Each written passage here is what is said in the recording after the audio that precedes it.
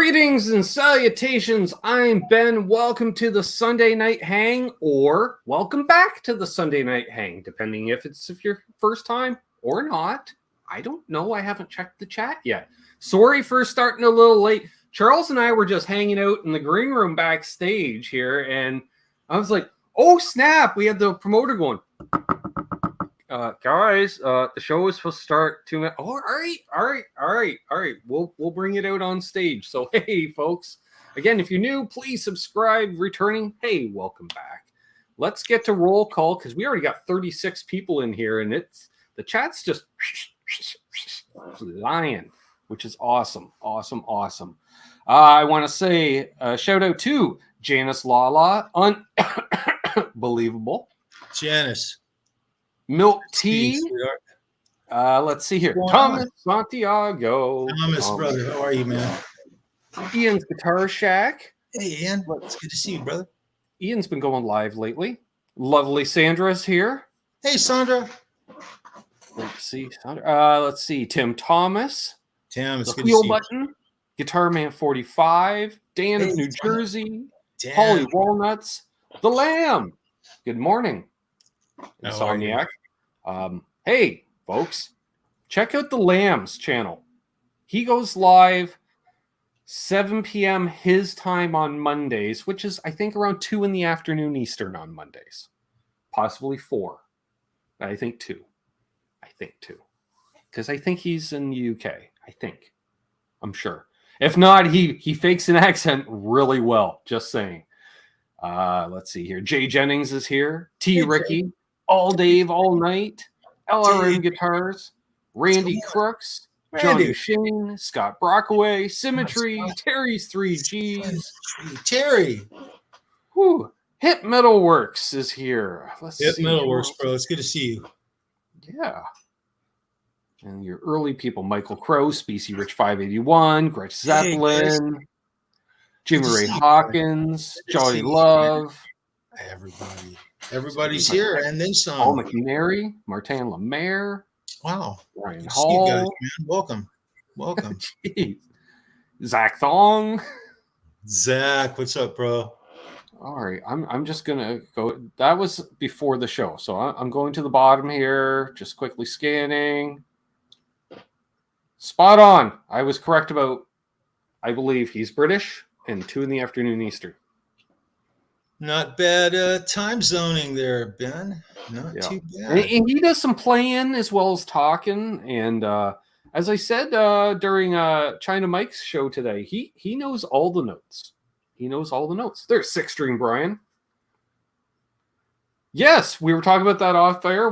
Let's get to that. Hey, there, yes, and the Down and Back Cornhole podcast, newly rebranded, no longer known as Down and Back with Corn Dog.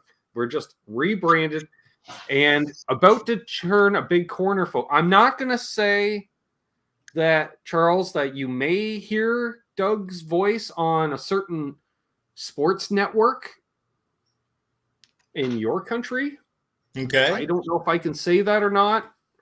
But yeah, you may hear as one of the voices of cornhole on a major sports network near you. Just saying. Very Johnny cool. Love's here. Welcome. Michael B. I Rock Zed Blues. Not just voice. Oh, we're going to see his ugly mug too. Oh, I mean his beautiful face too. Brad Miller's here. Hey, Brad. It's good to see you, man. Very cool. Unbelievable. Wishes he lived in Vancouver. Except I don't think you could handle going from a place where it never rains to a place where it's always raining. Look, 3 days ago, Sandra Picorni posted another one of those, my God, it's still ice, snow, we're freezing half to death. And I'm quite literally had just changed into a pair of shorts, a t-shirt, flip-flops. I don't think I had a cowboy hat on, but I was wearing shades, right? And it was nice and warm. Sure. 36 hours later, I'm freezing my butt off. North Carolina got cold. It is going to freeze tonight. We have a frost warning for tonight. It's going to be. I was going to say your weather right now is what I will have in about 3 weeks, where you can literally get a sunburn during the day and frostburn during the night. Wow. It's that weird time. Out there to Sandra, it all flipped on me. And we're back in freezing garbage, girl. But hey, Yo, Aaron from Elvis Band. Hey, Charles 75N is here. Charles, 48 people here.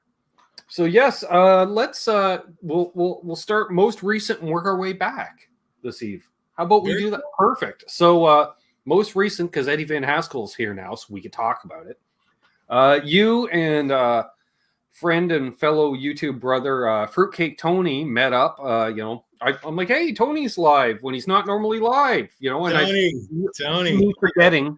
Yeah. I saw the thumbnail previously, but forgot. And I think I had just wrapped up having dinner, and I was like, and I'm like, what are you two? And I believe I said, who are these terrible twosome or something to that effect? Hanging out in a parking lot. And I'm like, this is I know what this scene looks like. This is the hang. This looks like a pre-show hang. And literally just before I even said hello was when Tony was showing Wolfgang's bus leaving the venue. And I was like, yeah. I don't know what's going on, but I'm guessing only one of two bands is playing tonight. Either that or they have terrible parking and they can only load in one act at a time. And I thought, if Dirty Honey had been going on first, I don't think they would have even set up. But then again, I actually said that earlier. Let me rephrase what I just said. When Tony got there, he was there a couple of hours before I was. Right. And I was late, literally 40 minutes late getting there. And he had already seen Wolf come out of the trailer and come around and walk by him. And everybody was on their phones. And everybody was real concerned. And he had shared this story on the show, but I'll tell please do, version of it. And this went on for a couple of hours. Wolf, did come out and walk by him and wave to him, but he had a full mask on, and every member of WVH had full masks on. And at the time, he called me. I was on the freeway and I was flying down the road and the phone rings. I pick it up and he starts telling me, something's going on here. Something's not right. They're all concerned. People are like throwing their hands up on their head and they're on their phone constantly. Right. And he had thought initially that it was, people are away from home. You get off the tour bus at a new venue, you spend an hour on the phone with your girl or whatever. Sure. Right? It might be, hey, we have cell service. Yes. I'm not saying that there's patchy cell service even on the interstate system in North Carolina, Charles. I'm not saying that. However, I'm saying that if you go more than 2 feet off the interstate, good luck finding service. I gotta say, it's getting a little better. It is getting better. I can say the same thing around here. Like, it's patchy as soon as you get off the highway. It's literally as you're going off the off ramp to the set of lights, you can see the bars diminishing out your cell service. Yeah. Well, so anyway, it becomes apparent to him that something's going on, Now, there was no report of any kind. So I finally get there, I back in, I'm talking, and he's cluing me into everything that's going on, right? And so we're trying to get on the same page. And there's only maybe 4 or 5 cars, maybe not even 3 cars at this time when I got there. Within maybe 45 minutes or so to an hour, there was it was still before it was just as the parking lot was getting wound up to start opening and letting people in. And this guy came over to us and he said, you know what, there's we're about to open up, but on the front of the building over there's a post that you guys need to read. And you need to go and read it, just like that. And so I said, Tony, I'm gonna run over and check it out. And we both thought it was going to be, here's this, you got to do this, maybe a bottle of water you could bring in. It's got to be, we figured it would be COVID restrictions or safety. Sure. Some kind of rules of the venue. Yeah. Wish they had one of those in California. I might still have a wallet chain if I did. Well, actually, I did miss one thing. Let me back up a little bit. Just before I went over there, the whole bunch of WVH, like this whole group of like 10 guys all huddled up in the middle of the parking lot. And they talked, I think, Tony, if I get it correct, I think it was for like 10 minutes. That's a long time, and and guys were still putting their hands in their head and they'd walk away from the huddle and be on the phone. And they'd walk back up to the huddle. And so as this is transpiring, we're trying to figure it out. It's like we're trying to get to the bottom of it. But this guy says, you got to go read this thing on the front of the building. And so I go over and I read it and I look and I could see that WVH was canceled for the night, but Dirty Honey was going to go ahead and perform. And so at the time, I was assuming that the reason Dirty Honey continued to stay on was because, they'd already set up. They were ready to rock and roll. And it seemed to have just, because they'd already been there all day. They'd set up and they'd done a sound check. Right. But it turns out it was a COVID problem. It was COVID had come back. Right. And like I say, when I tuned in, it was right when by the time the bus was leaving a short while later, and you guys were kind of both saying, like, anybody know what's going on? And so I'm all over, because I'm watching you on the computer and I got my phone going. I'm all over Twitter looking for this and that. And I could find next to nothing other than confirming basically what exactly you knew was they're not playing and we don't know why. And by Thursday, I'd heard that, COVID positive for crew members and band members, multiple of both, possibly even. Yes. So, which tells, I don't know, did they stop at a Steak and Shake? And Charles, and I'm like, dude, you have to try this amazing milkshake. And you're like, oh my God, that's awesome. And then this guy tries it and this guy tries it, and the four of them all got the COVID. There's no telling where these guys get it. It's hard for them because so let me tell you Tony's story. Here, by the way, here's a picture of WVH's tour bus. Yeah, nice setup. Starting to pull away from the venue, and so about 2 hours before this, it was all plugged in. The power was hooked up to it, and members were moving around and things. And the guitar player was sitting up on a chair up by the back door, and Jourdain, and Tony got out of his car and he started walking over towards him. And as he got about 30 feet away or so, he spoke up and he said, "Hey, we have a COVID 20 feet minimum. Sorry, but we got to keep a distance." And Tony said, "Hey, well, you know what?" He told him, he said, "Have you ever heard of Halenville?" He says, "I'm Fruitcake Tony." And I took a photograph of his shirt. Right. And he said, no, he didn't recall it. But the bass player and another member of the band was there. I'm sorry, I'm forgetting the other member of the band, but they were there and they kind of nodded their head that they hadn't heard of it, but they did now, And so Tony got that, but he got a pick. And he tossed him one of his guitar picks. He just happened to have it in his pocket. Because and let's be honest, if anything is going to be given to Fruitcake Tony, it always just magically happens to be a pick.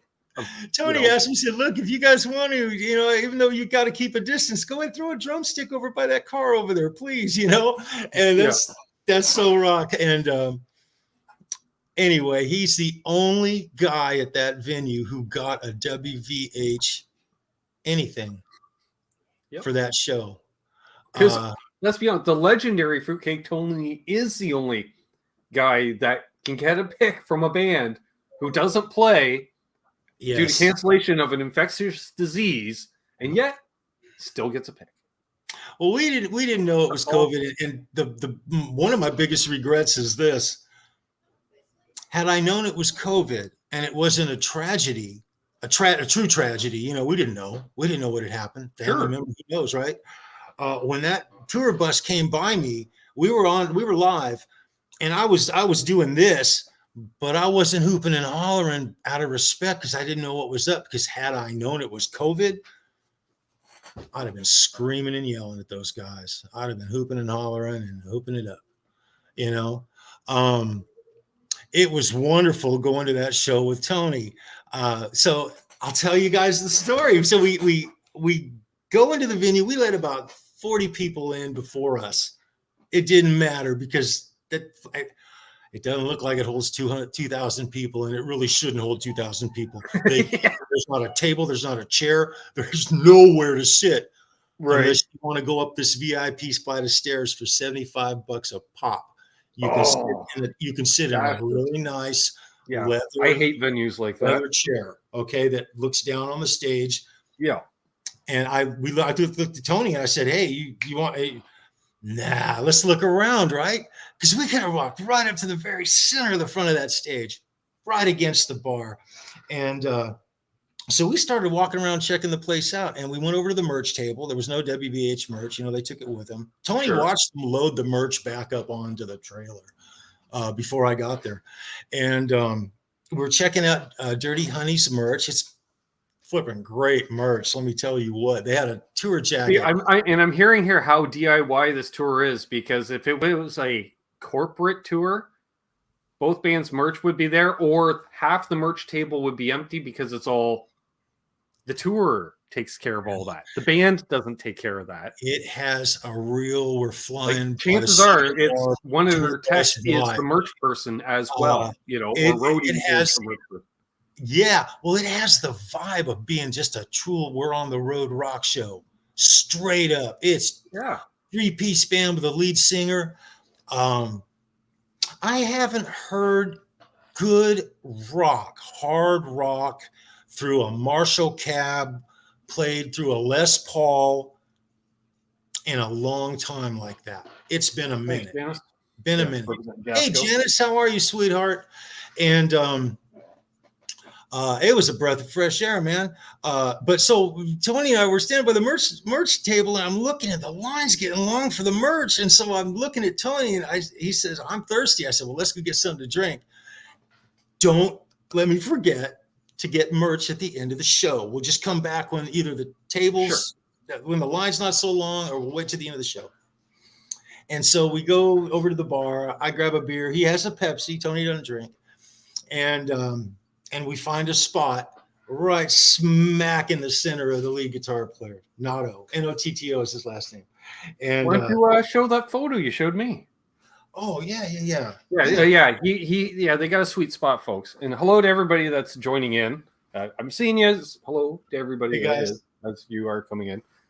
We're fluctuating between 50 and 60 people watching, which is awesome. So I was telling Ben. I think some are rotating in and out, checking out the merch table. I've got the first 30 minutes of this show. The first 30 minutes, that's where Tony and I were standing. That's a straight shot. And I can see his pedal bar. If you can see down on the left-hand side of the photo, there's pedal boards there. I had a clean shot of it, and Ben and I were talking. I wish I knew what all the pedals were. I can't tell just by looking like Ben, but they absolutely laid it down right in our face. It was wonderful. And I got 30 minutes, but I've got a problem. I've got it on my phone, and I was trying to upload it to Facebook, and I can't.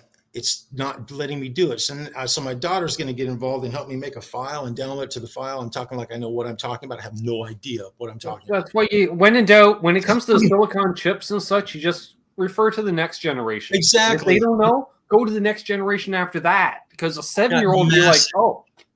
Massive tech support in the family because they're all young. But anyway, I want to put it up there so that everybody can see it. It's literally almost the first 30 minutes of their show, and they kicked ass. It was brilliant. Brilliant. How was the sound in the venue? Pardon me? How was the sound in the venue? Fantastic. I'm still deaf. My ears are still ringing. We should have stood 4 feet to our left. We very easily could have done that. But we picked these two spots where I could set my beer very comfortably. And Tony was talking with this guy. I think he was like a journalist. He had a little notepad, and he was taking notes and things like that. And so he started talking to him. So we got very comfortable right where we were. But our faces were right in front of the PA. And so we looked just right to our left because he was right next to the PA. He was 4 feet from the PA. And so it was just a wonderful show. It was loud as crap. And it's funny that, the show we got there, and all of a sudden WVH is canceled, and me and Tony are flipping out, and we're concerned for WVH's well-being or anybody on the tour. And so we go into the venue, and we're not expecting it to be at that moment, we weren't really expecting a fantastic show. There'd been so many negative things occurring and right in front of us, Sure. And it was a breath of fresh air, flat out breath of fresh air. Very cool. Awesome. Hello, Dale Boyle Music, Dwight Bailey. Dwight, the Hitman. What's going on, brother? Randy Crooks says he went to see Kenny Wayne Shepherd last Wednesday. Great show. I bet that was a fantastic show, man. Six String Brian asked, did they play a longer set? You said they did an hour 15? Yes, I believe it was an hour 15. I could be wrong. Which would be their full headline set. Well, they played, I believe they played about 2 to 3 extra songs. They did play Shoot to Thrill, AC/DC. They finished up Last Train with the cover Aerosmith. Mm-hmm. They did a Prince cover, which they normally do. And there was one other song, and I believe Shoot to Thrill was one that they added to make it longer. And, you know, he said something. Oh, there's the lead singer right there. Nice. He would, I got to give these guys a shout out. Here's, let me get in a little closer so you guys can see. They interact with the crowd really well. And he would jump off that stage and he would run up right to a group of us in the front. 5 or 6 usually would kind of huddle around him. He'd grab one of their phones and he'd spin around and he'd be singing the song right there in their faces, real time with them in the picture. Sounds like they don't care if people are filming their sets. Over and over. And he wasn't worried the least bit about COVID because he kept running back and forth to the crowd, up and down the front. Off the stage, there was like a little walkway about 2.5, 3 feet between the bar and the front of the stage. And he'd slapping high fives. I'd throw my hands out and he'd catch both my hands. It was great. It was great. There's Fruitcake Tony. Tony, I'm telling stories about you, brother. We've been talking about you the whole show. The Guitar Man 45 says, sounds like the same set they played here in Detroit, which would have been, just a couple weeks ago. Possibly. I love the fact that they're playing these, I guess, classically you would call it a medium-sized venue, but it really is a larger venue in today's market because they played the Danforth Music Hall when they came through here in the last week, or like right after the Detroit show, I think it was. Yeah.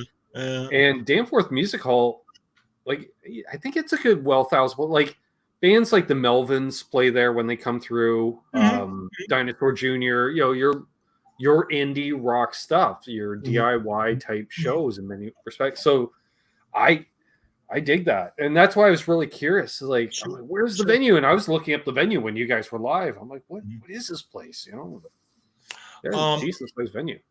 I was surprised. I was surprised at a bunch of things that night. The sound was fantastic. Doug Strong's seen a bunch of bands at the Danforth. I figured as much. He's from Hamilton. It's about an hour and a half outside of Toronto. Excellent.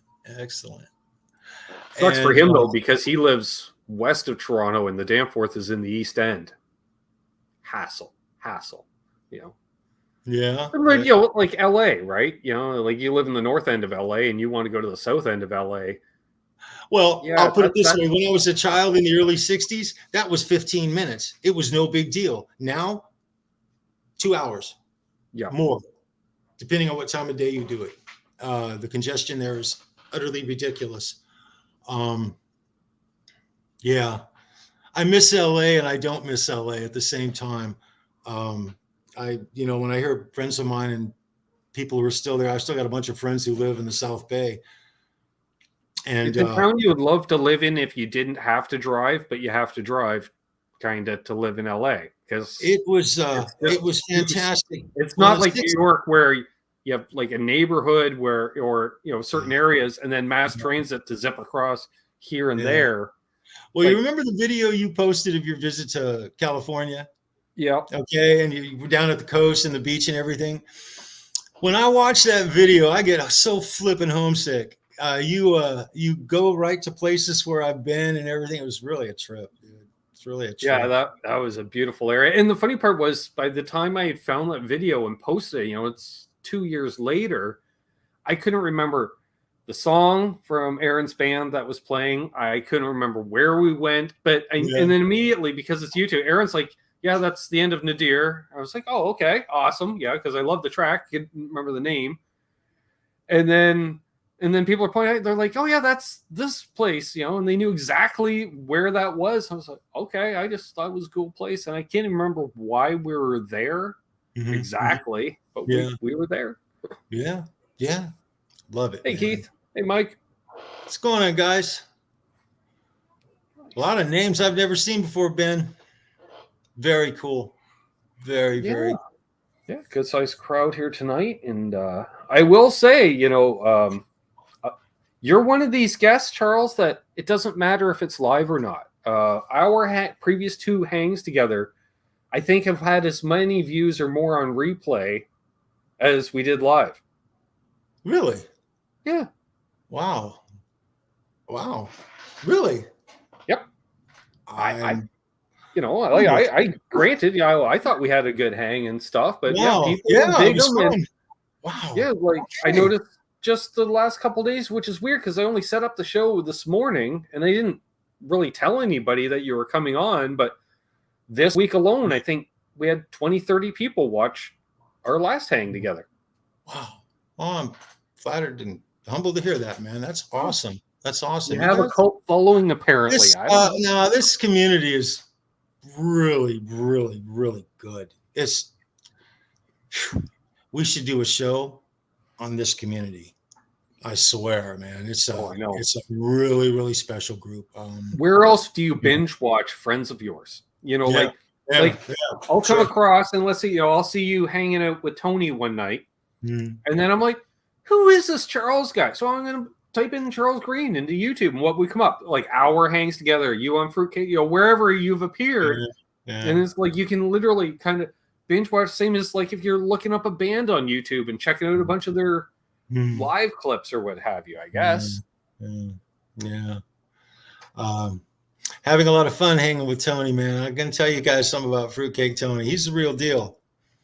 He's the real deal. He knows his collection. He's a memorabilia. That's what his specialty is rock memorabilia.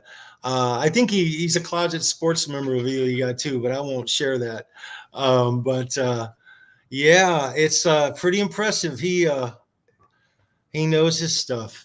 He's fun to hang with. He's interesting. The fact that he goes every time I'm going to tell you something. I'm waiting for the next. I can't wait to go out to another show with him because every single show we go to, it's an adventure. I mean, Jesus, from Slash trying to throw him a pick to going back and trying again to throw him a pick and him still not getting it. And instead of being pissed, he's like, that's all right. You know how many picks I've got from that guy? Just like it's priceless. I'll just say that. Priceless. I'm having a lot of fun with Tony. I get it. We love to go see shows. It's fun. It's a lot of fun. It is. I'm hoping maybe in July. I heard Albert Bouchard is playing at the El Macombo, July 21st. He mentioned in RJ Ronquillo's chat this morning, or not this morning, yesterday morning, and I was just like, "Oh, really?"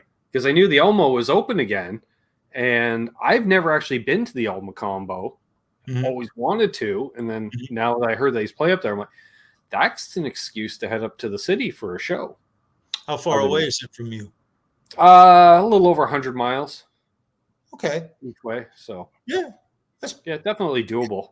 Totally. I wouldn't stay overnight, that's for sure, because hotel rooms are expensive. Well, that's the thing. I opted for that show. Tony traveled to like 22 minutes. Okay. I traveled like 3 hours. Okay. Right. And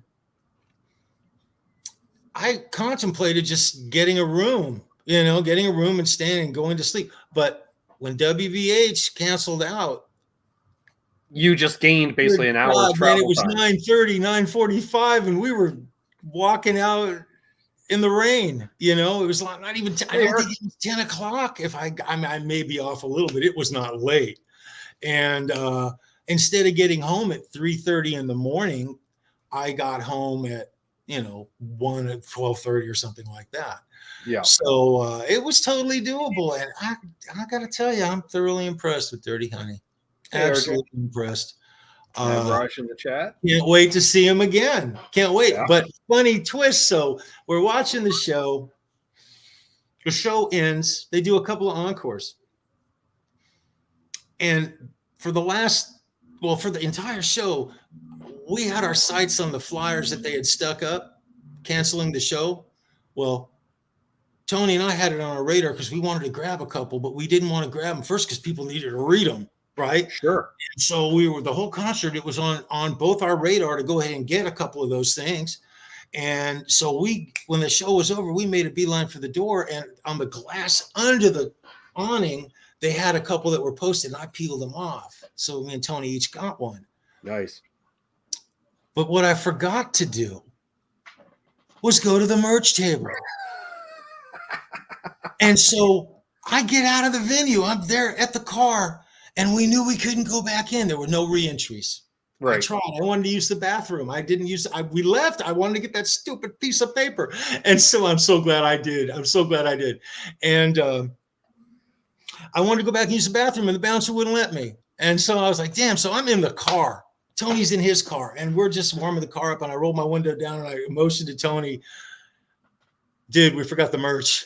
And he goes, "Oh man," like that. So anyway, yeah, that's the only ball we dropped that evening. Everything else was not a problem. And we should mention, folks, forgot to mention it, and I'm going to mention it now that we're a half an hour in. We got 60 people watching. We're going to do a bit of trivia tonight and a giveaway. Mm-hmm. Yes, we are. Yes, we are. In the spirit of Halenville Live, I would like to, Ben's given me permission. I'm going to tell a story, and then I'm going to ask a trivia question about the story. And one of you is the first one to answer. Yep. And I'm looking forward to giving something to you guys. So I'm not going to put a time limit on it.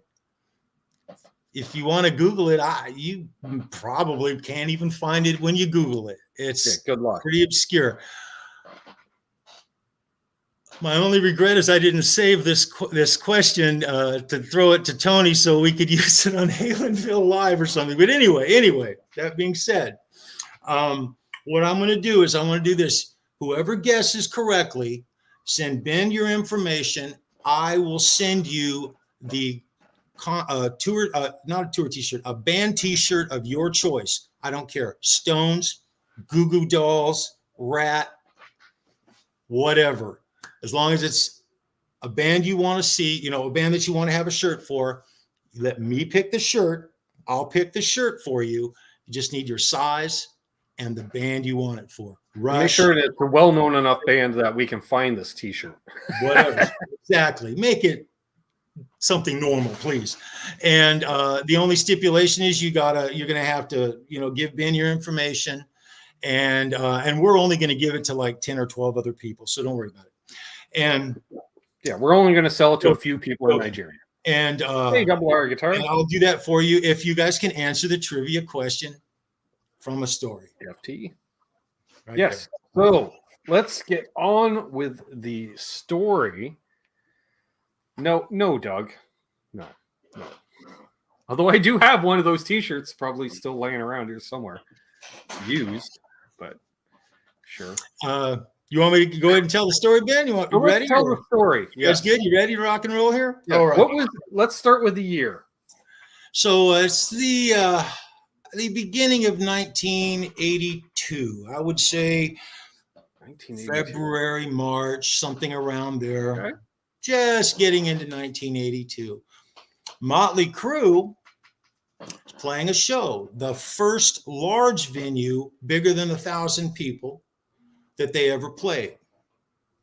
It's the interim show they did before they did the Santa Monica Civic, which they also sold out. They sold this show out. The show was a miracle show out. Nobody expected it. They had just been signed by Elektra. And I'll tell you the story about it. It's a good story. So it's early 1982, Perkins Palace. It's in Pasadena, California. It's where the Palace is. Palace is a beautiful place. It's got a lot of history. Mötley Crüe at the time was completely out of their element because they had never played a place of this size. They had no idea what they were walking into. They were completely unprepared. to deal with just the logistics of being in that venue. They weren't prepared to not be catered to. They needed to supply all their own stuff because they were showing up in a venue and there was no one there to cater to them. They had no management. I showed up with my friend Jeff about an hour and a half early, expecting to get backstage and not have to pay to see the show. That's how I ended up at the show, because I wanted to go see the show, but I figured I'd just go backstage. I did that a lot, okay? Especially some of us still do that, Charles. In the early 80s, I did it all the damn time. Anyway. I got a buddy playing in town. I do the same thing. I show up at the back door during load-in. And they just there's nobody there. We were early, so 3,500 people weren't there yet. But there was, 80, 100, 150 people milling around, stuff going on. But we pulled in the parking lot, no problem. And I get out, and as I'm walking across the parking lot, Barry comes out of the backstage. There's these 4 big doors, double doors with the big push bars that come out into this little stairway thing that comes up into this level of parking lot. And they came out, he came out the door. Me and Jeff were standing, walking up to him, and I said, dude, blah, blah, blah. He goes, man, right from the beginning. And it's funny, every time I tell you guys a Mötley Crüe story, there's always like this woe of dread, and they're depressed about something or something's going wrong. Welcome to the world. Here we go. So he says, man, you're not going to believe this. He says, man, Mike didn't show up. Now, Mike was the guy who, I told you the story the first time I ever worked at the Whiskey. He picked me up. He was in the Chevy Malibu. He flashed the sheriff's star on the 405 freeway in Los Angeles, going almost, 80, 90 miles an hour down the fire lane to get us to the club on time. That crazy guy. Okay. Well, he was supposed to be there with him that night with a couple of his buddies doing security. He never showed. Okay. He didn't even call. Well, there was no cell phone in those days. There was no pager. Sure. And ironically, there was a payphone. I'll tell you where I saw the payphone at. It's part in the story here. This is how we communicated. Okay. This is how you communicated. When these guys needed to get a hold of me, they called my mother's house and left a message. That's how it went down. Yeah. Which is like an answering service in many ways, which is the precursor to a pager. You acclimate to your environment. What are you going to do? Right. So, I said, really? I said, so you got no security? I said, well, what's going on? He goes, dude, go through that door. He says, you're going to come to a hallway. He says, just go down the hallway and keep going. The boys are in the back. I said, oh, okay, cool. I'd never been to Perkins Palace before. I'd never been there. I had no idea what I was walking into. So me and Jeff come waltzing in there, and we start walking down this hallway. This hallway's freaking 100 yards long. It was massive. It had rooms going off of it. They're all empty. There's nobody anywhere. There's nobody. There's nobody backstage. There's nobody walking around. There's nothing. I see Stick's coming down. He's hustling. He's got this stuff in his hands and stuff, and he's headed for the stage. It's good to see you, Chuck. I said, good to see you, dude. What's up? And he just gives me this look, and he shakes his head and keeps walking. Which so I was like, damn. So we're walking. I'm looking. That's usually code for shit show from any tech, roadie. Like, don't even get me started. Like, where do you want to even start? Like, yeah. I know that exasperation. Yeah, you're just done. Well, I'm looking in all these rooms. I'm looking for the boys. I looked in. There was like 8 or 10 different dressing rooms back there. This place did theater. Right? It was the Perkins freaking Palace. All right. I'll tell you what it was. Just you remember in the Blues Brothers. Keith Campbell was asking, is the Perkins Palace also the Rose Palace? No. Okay. 2 different venues. 2 different venues. Hey, Natasha. Keith, what's going on, bro? Johnny. So I'm looking in all the rooms. I can't find the boys. I'm at getting to the end of this, and I come up to this big block dead end wall, and there's these big white arrows painted, and one says showers and the other says lockers. And I hear this noise out of my ear going this way, right? And I come walking around this corner, and I see this steel door, and I push the door open, and there's Mick Mars standing there half dressed in his underwear, wearing his Les Paul, all right? Noodling on it. And he looks at me and he goes, Chuck, he goes, man, this is crazy. He says, this is absolutely nuts. I'm glad you're here.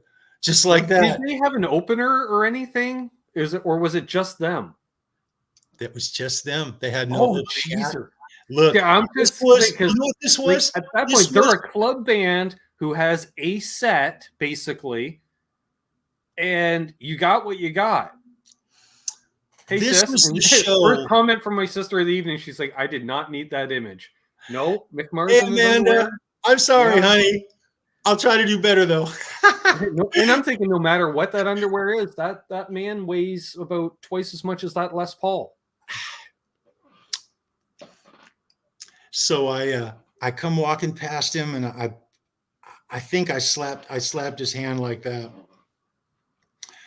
and I could hear the boys in the back there, and these guys, they have barricaded themselves in the locker rooms. That's what they did. And so I walk up, and Tommy is quite literally with his sticks beating on the wall next to the lockers, doing drum rolls on block wall. And he looks over at me, and he smiles and he grins. He says, "Man, this is crazy. Mike didn't show up. We've got no security. We don't know what we're going to do. We can't lock our shit up. We don't have anywhere to lock it. We've got lockers with no locks." That's right. He's screaming from the back in the showers. He's not showering. He's just trying to get his clothes on. He comes walking out, not a damn stitch of clothing on. He says, "This is bullshit," just like that. And he turns around and walks back in there to get dressed. That's pissed. They were pissed. DC Rich probably the one's rolling his eyes right now. Only one of them who wasn't pissed was Vince. Vince had found a mirror, and he was glamming his hair up with Final Net and shit. He goes, "Hey, it's going to be all right. No problem. My girlfriend's going to be here in a little while." They were waiting for the girls and some of their other friends that they hung with to get off work so they could get there. They were expecting they were going to have friends. There were going to be freaking people there, right? But we were early. So Jeff and I walked into a situation where the boys had no one to help them get through that show. So I looked at Jeff and I said, "Jeff," I said, "what door do you want?" And he looks at me, he goes, "I want those double stage doors." I said, "Okay, I got the back doors. So we sealed the place off, got it set up for them, got them ready to get on stage. Stick and Barry were the only two roadies they had. That was it. That show was quite literally the show that I would have to say started it all. Because did one of those guys do the sound as well, or did they have a sound guy as well? Lights. They didn't have a light guy. They did have a sound guy. Elektra Records assigned them. There were two guys that I saw from Elektra who I actually let through the doorway after the show. I didn't see anybody until the show was over. That's what was schmooze. Look, this was their launch. These guys sold out a venue. They didn't expect to sell that venue out. It was not expected. I don't think Elektra expected it. I think it was a roll of the dice based on good numbers and a propensity for it to be a good thing. I mean, they had they were generating the power and all of the hype. They were selling the Reseda Country Club out. That's 1,000 people. They could do 5 shows in a weekend at the Whiskey, 400 something people a pop in a weekend. And that's selling all 5 shows out. Well, that's what I was curious because, I'm always thinking about the infrastructure thing. Johnny, we're talking early 82, like just as things were about to a lot, like Mötley was literally launching at that point. Because I'm just thinking, like your sound system that you would use in clubs isn't going to work at a 2,000 seat venue. Oh no, this was a whole. These guys were out of their element. They were completely out of their element. They were unprepared, but what they were prepared to get on the stage. Right. Everything once they're on stage, they're okay. It's getting to the stage. But they all got to the venue. And they got set up, and once they got and so here's what their thing was. They were trying out. This was the second time they had done the mannequin with the chainsaw, the electric chainsaw on the mannequin. That Vince cuts the head off, and the blood comes down. Okay, and they did that. They had smoke. They had lights. That's the only bells and whistles that they had with him on that show.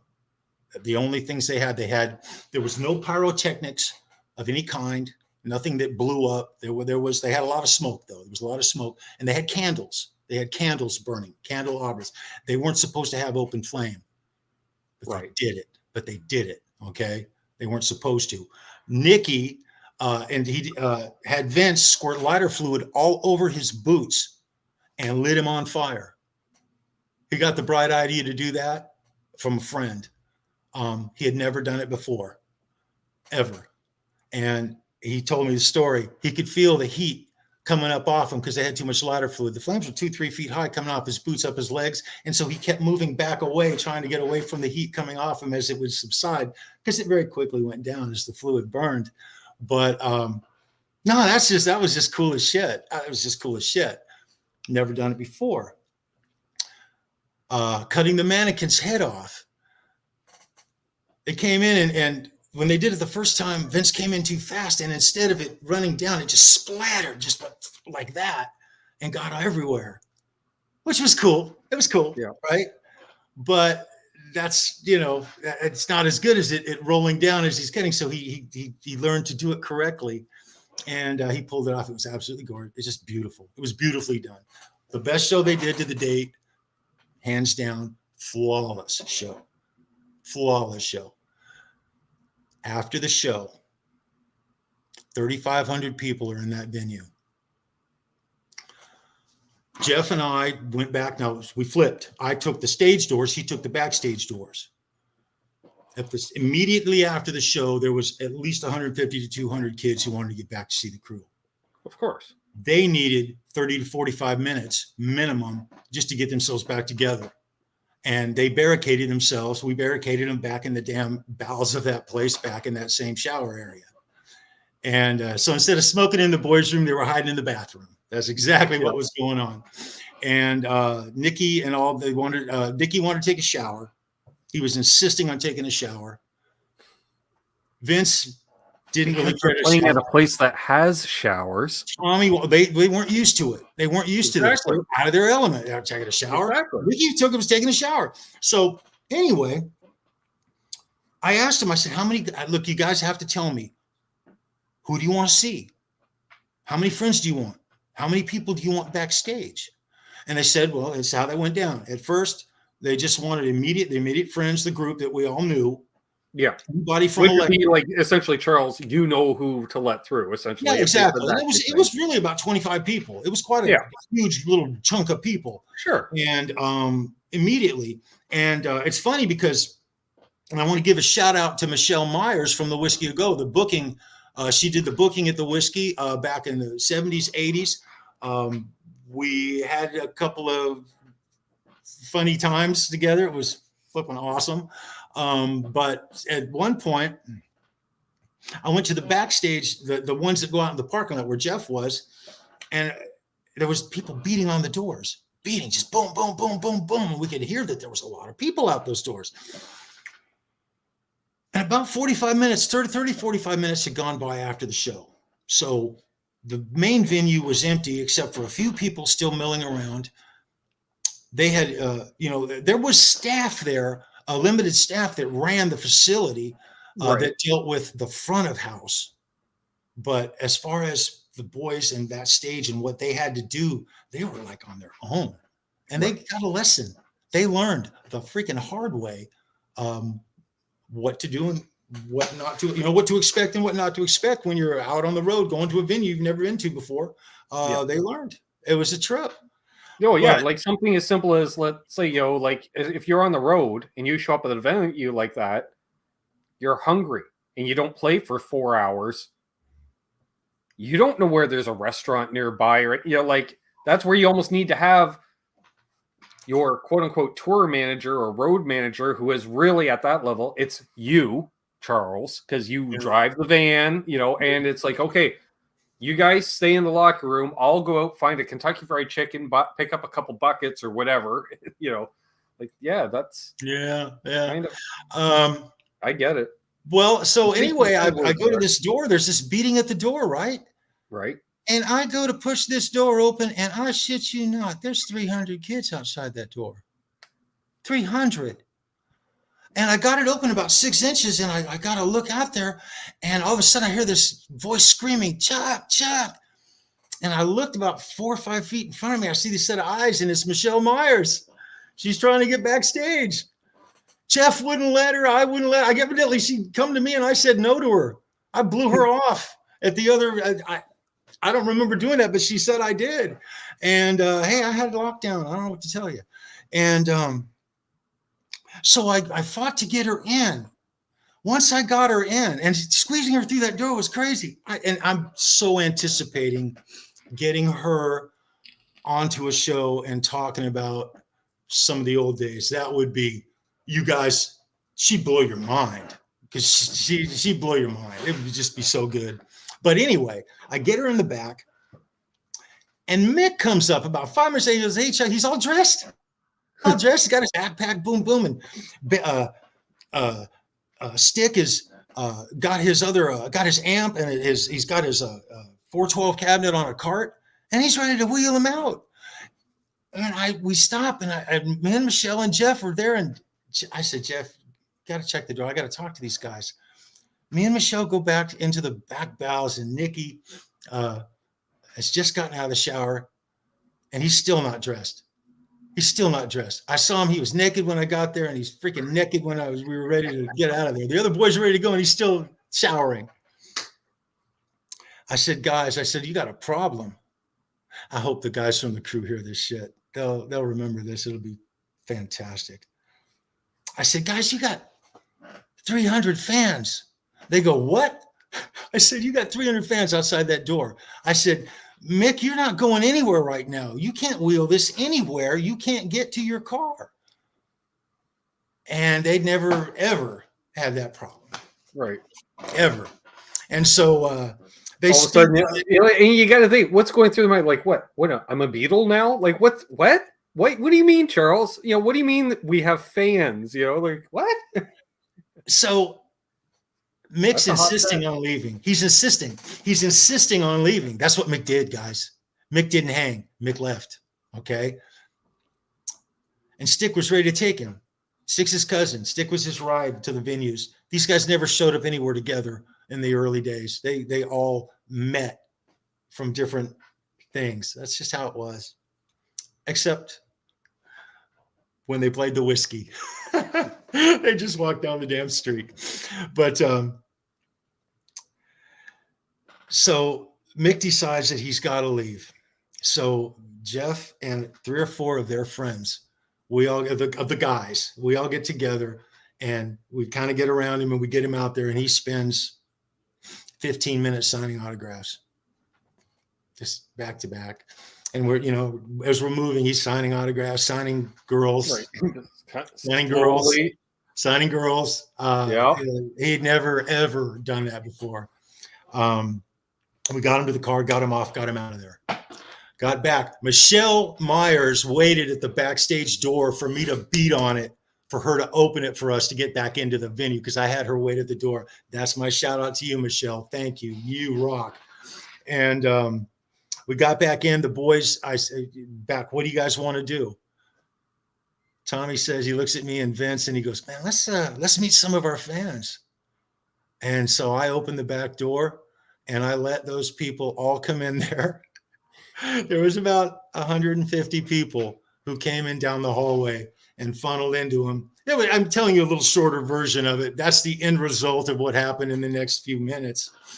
And they spent an hour signing autographs and hanging with their fans. And there was no cell phones or anything in those days. Some people did have Polaroid cameras and brought those little, the little cameras, Kodaks. But that is maybe one of my very best Mötley Crüe stories. Yeah. And you always remember the shit shows. Oh, yeah. Because that's what makes it a story. If everything goes off without a hitch, right? So let's go to a trivia question. Yes, the trivia question here, folks. If you think you're ready.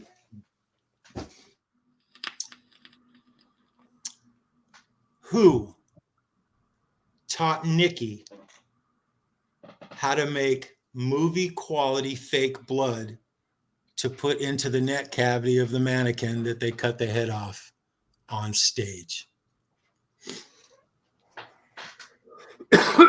let that sink in, folks. And the first correct answer I see in the chat, I will flash up on the screen, and then we'll make sure I'll let you know how to. Not Gene Simmons, Natasha. Good quote. Good guess. I'm going to say that was one of my two guesses off air. Very good guess. I'll give you that. That is a very good guess. Alice Cooper was my second guess. That was his second guess. Brian, nice guess, though. Josie says you. No. Nope. Nope. We have a couple. The reason I know this is another good guess. But no. And guys, I really want to give somebody a T-shirt. I really, really, really want to give somebody a T-shirt. Yeah. We have a winner. Is that Eric? Eric, who's new to the channel. Aren't you glad you subbed, Eric? You just won yourself a T-shirt. Eric Morrington. Do giveaways. You rock, yes, Eric. Lita Ford. You absolutely rock. Lita Ford. That's I left her out of the story. She showed up just before showtime. And I left her out of the story because I didn't want to put her name out there because it was the answer to the question. She, by that time, had already been out of the Runaways, and she was, I believe she was actually going through a divorce from her manager from the Runaways, a guy named Kim Fowler. And she and Nikki had a thing. They supported each other at times when they were poor. I guess is the best way to put it. Yeah. Eric, I will need your I need your mailing address. And Eric, if you'll let me know if you have an idea, and you don't have to pick this second, you can take a minute to take a choice. You know, figure out. Like all I would need is your mailing address and shirt size with you, and then we need a shirt size and a band. You know, cough, cough. I'm thinking Mötley Crüe, but because you can never go wrong with a Mötley Crüe shirt. Very cool.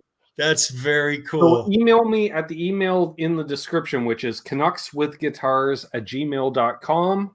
I will forward your address info to Charles Greene and associated data miners across the world, and you will get a T-shirt and various magazine subscriptions and phone calls throughout the days and nights. Or maybe get a Lita Ford. We're giving all his info out to like 8 or 10 people. Don't forget. Max. Yeah. Awesome, dude. Very well done, bro. Very well done, you guys. Very cool. Very cool. Yeah. That was fun. That was fun. It was a great story. Yeah, I just say because, like you say, right at that turning point where all of a sudden it's like, oh crap, we need infrastructure and we don't have it because this is the first show where you need it. And you didn't realize you needed that yet.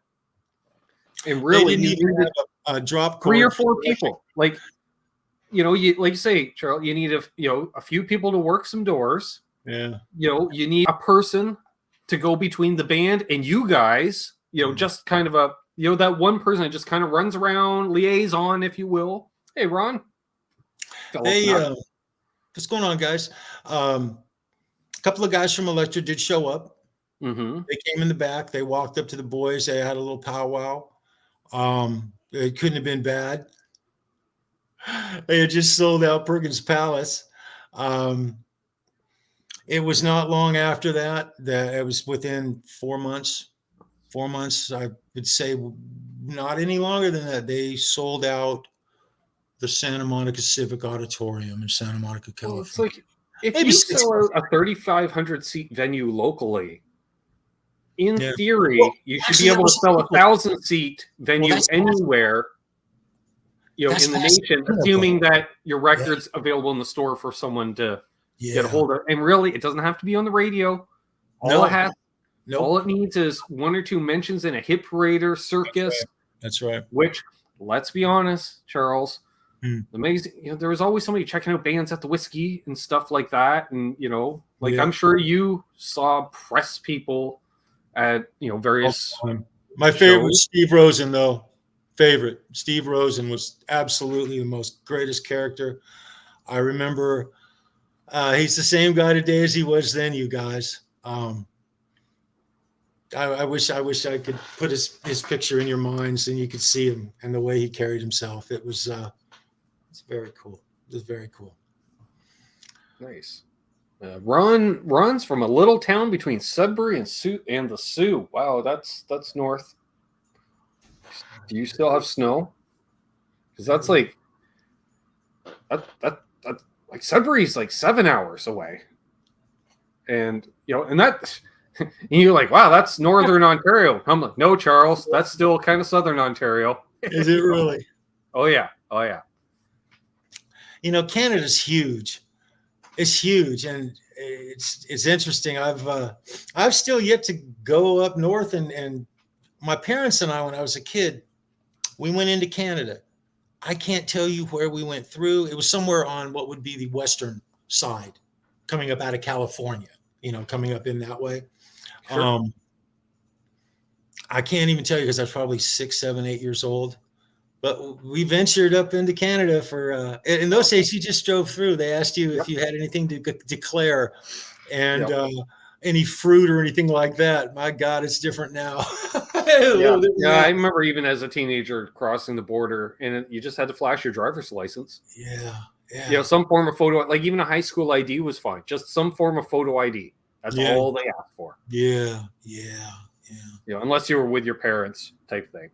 Yeah. Elliott Lake. Okay. I'm aware of where that is. Okay. Ben, there was the last couple of shows that I've been on with you guys, I've been meaning to talk about a friend of David Nesdall's, a guy by the name of Anthony Steele.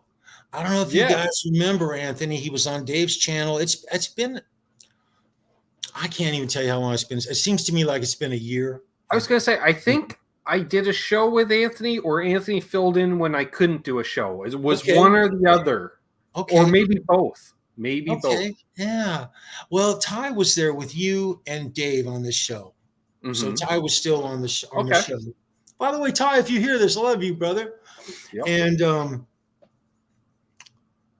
And so I was watching the show he was on, and he was telling stories, and Ty flat asked him a question. He said, were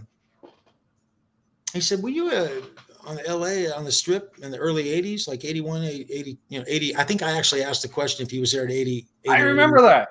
And Ty asked the question for me to him. Yeah. And he goes, oh, yeah. And he started talking, and I immediately remembered him. I remember him when he had hair.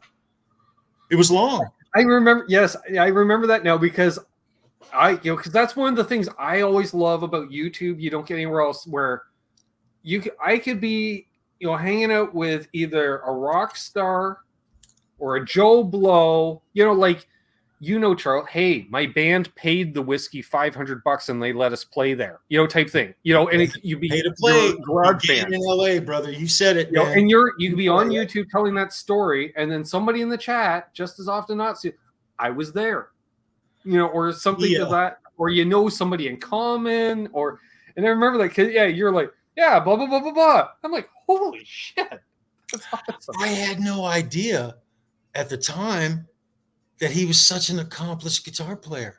I also didn't realize at the time. I'm going to tell you guys a couple of stories about him and his band. I can't believe I know this, but here it is. And then remember that freaking him out too, because he's like, "What? Somebody in this chat?" Oh yeah, I'm going to blow his mind. I'm about to blow his because he was just on as Dave's friend. Absolutely. And I called Dave today to ask him because I couldn't remember. Actually, I remembered his name, but I couldn't remember the name of his band. It left me. And so I asked him to. He gave me his name, and I went ahead and Googled it, and I got it, and I remembered the minute I heard it. His band was called the Black Sheep. Okay, and when I was 20 and it's been 19 in 1980. I was 20 in 1981, and he would have been. He was older than me.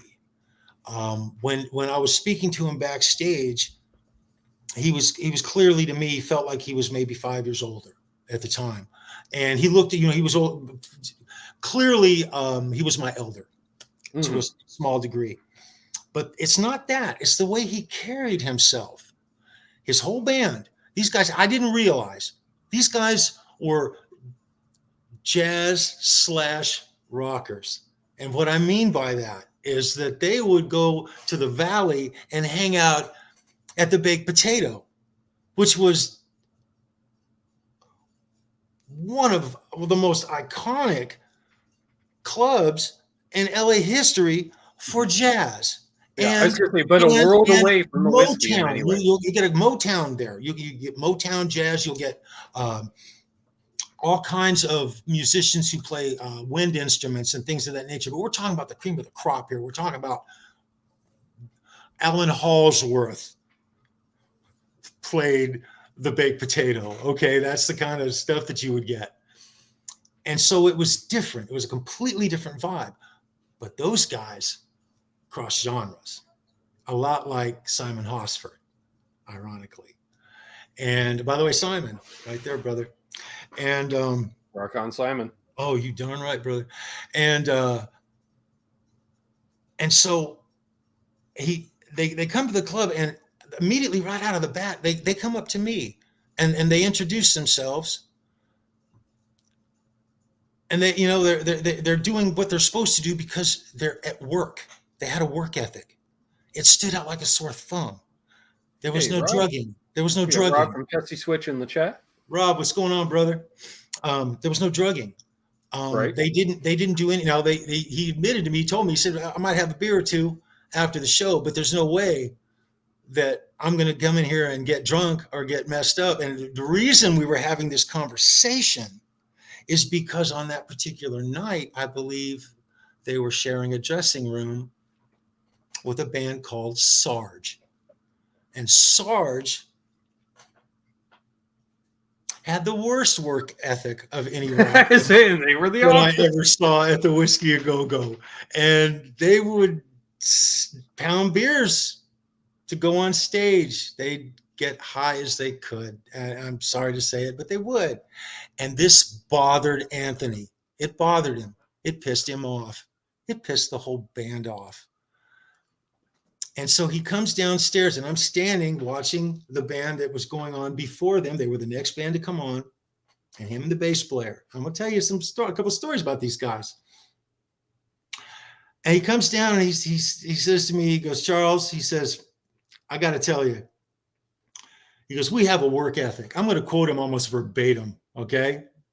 He goes, we have a work ethic. I'm just going to interrupt for 1 second. I just realized because we got 70 folks watching, and I didn't really preface this because it is a part 3. Charles worked the door at the Whiskey for a couple of years in and around. So he spent some time in and around the stage area, backstage area, and as an employee there during off hours, and developed friendships with those who are regulars that either gigged or hung out there on a regular basis. So I thought, you know what? We're an hour in. I should probably mention that. So yes, that's why if you hear a certain familiarity with Charles, a lot of first names, and you fill in the last names. That's the way it works, folks. There you go. There you go. And that's why I love Charles, because you don't mention the last names. Sometimes if you don't know who Nikki is or Robin is, that's your own damn fault. That's right. That's right. So, that's why everyone's watching the other ones on replay, Charles, because they're catching up.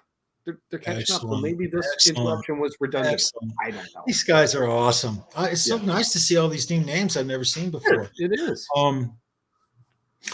So he's voicing his concerns, and he flat says to me, he says, look, we don't do dope. We're not going to get high. We're not here to do that. We're here to be rock stars. We're going to make it.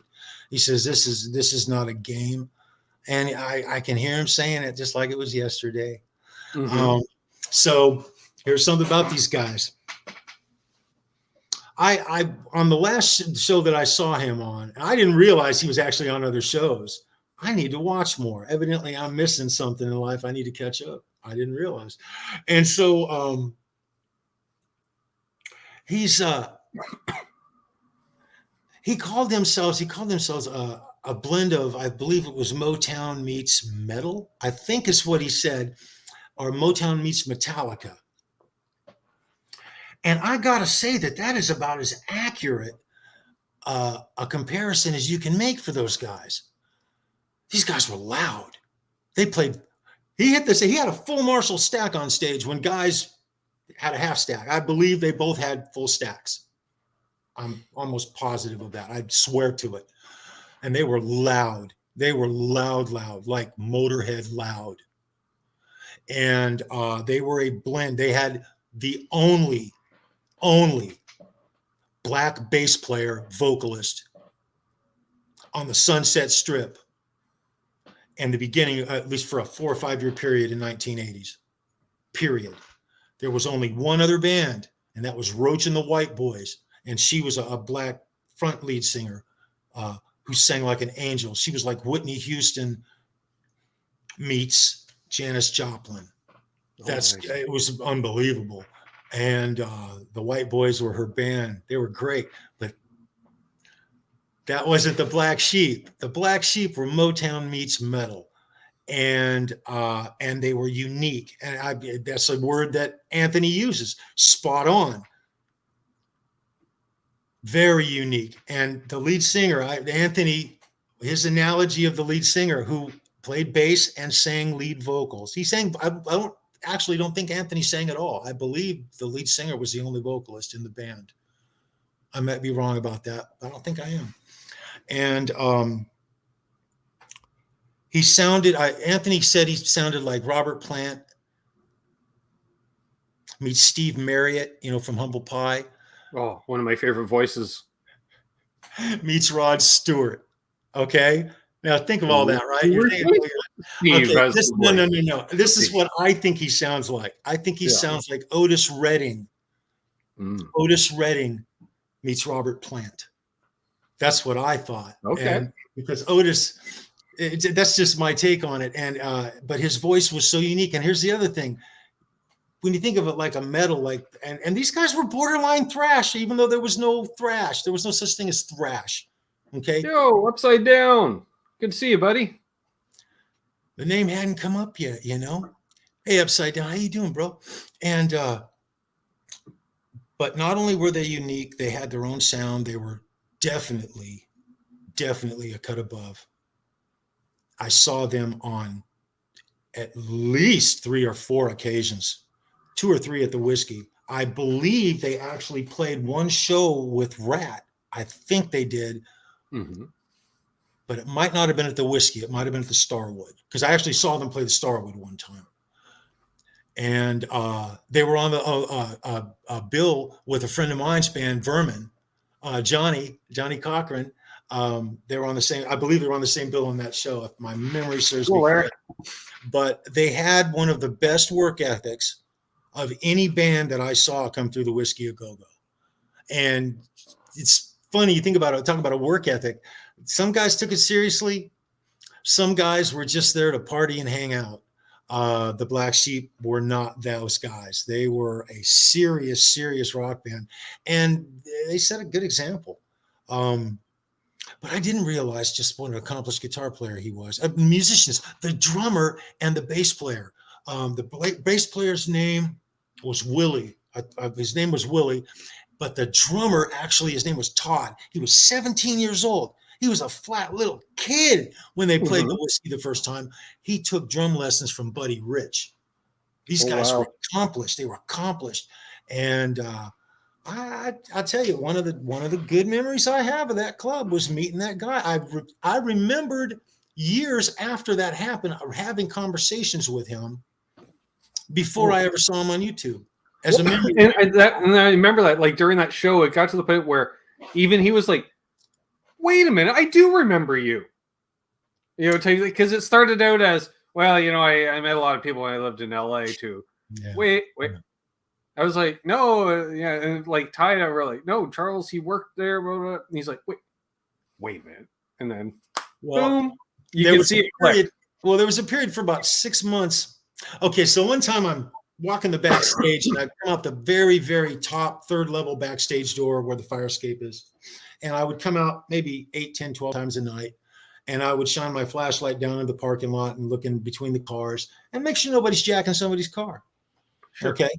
And so one time I come out the door and I look down and I see this red Ferrari GTB, just like a Magnum PI would drive, sitting in the parking lot of the Whiskey. And I look and I could see a guy I knew named Floyd Matrix He's a movie producer, director.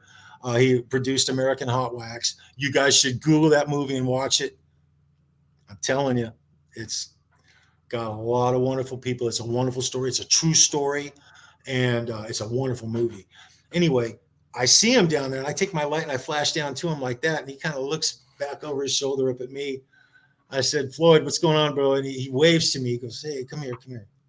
So I walk all the way down there, and I come up, and I come up to the side of the car, and he's sitting there, and I could see he's wiping tears off his cheek, and he'd been crying. He was upset about something, and I won't tell you what it was. It was like he was going through a personal thing with his girlfriend. It was a breakup thing going on. But he was giving me all these details. He's telling me, bearing his soul to me. And I'm listening. I'm just listening to the guy talk. I liked him. We got along. He was very interesting. He was so talented. I'm talking about, I don't know if he's still around or not. But he goes, listen, man, he goes, thanks for listening to me like that, right? And he reaches over into the seat and he pulls out this box about this big. And he says, I want you to have this, man. And he hands it to me. And I said, what's this? And he goes, check it out. And I pop the top and I look inside. And the English driving cap that Brian Johnson for AC/DC wears? Yep. It's one of those. Oh. Yeah. Cool. From England. An English driving cap from England. And he goes, I was going to give that to a friend, but then he goes, F him, like that. And he goes, it's yours. And I said, thank you, like that. And so I rocked that little cap for like 6 months. And I was wearing that cap when I met Anthony and his band. Really cool memory. And they brought it, man. They were loud, dude. They were loud. Overhead loud. In fact, I liken them a little more, not the same kind of music, but they had a Motorhead vibe. They were very cool guys. Very cool guys. I see my sister self-promoting in the chat. She's like, hey, if you're going to binge watch older episodes, watch the ones I'm in. Yes, and Amanda will be appearing in the next month for the Mother's Day show. Excellent. Yeah, for the second year in a row. It's excellent. Excuse me. So, yes, look forward to that. As always, they're always a fun show. Segues, folks. Segues. So that's how I'm interacting with the chat and stuff. And Eric sent his info. And Charles, guess what? He chose a Mötley Crüe t-shirt. And I'm going to say he's an honorary Canuck because I looked up where he's from, and I'm not going to say obviously on air exactly where he's from, but let's just say he's a couple 100 miles from me, and it's more east than south. Like the man probably sees as much snow each year as I do. So he's an honorary Canuck. Excellent. He's way upstate New York. But let's just say that. He's like way upstate New York. We're going to hook him up. Like, wow, I didn't realize New York went that far north. We are going to hook him up big time. That's excellent. Which is cool. Yeah, welcome. Yeah, so I just wanted to give a shout out to Anthony Steele and the band, The Black Sheep, man. They rocked the Sunset Strip, all of LA. They played a bunch of different clubs. I was actually wanted to ask him if I ever get the chance to get his ear. I want to know if he played Club Lingerie by any chance. What's that? He played a lot. See, the thing about this is he was not only was he a musician who crosses on genres, he was also in that studio loop of sessions and different. And you didn't know. I couldn't tell you where so and so was laying down tracks because it wasn't like publicized. That's a different scene. Kind of stuff, you know. He was inside. He was inside big time. Yeah. Well, and that's the thing. And there's only so many hours in the day. Like you're either in the studio by day or in the clubs in the eve, but it's hard to do both.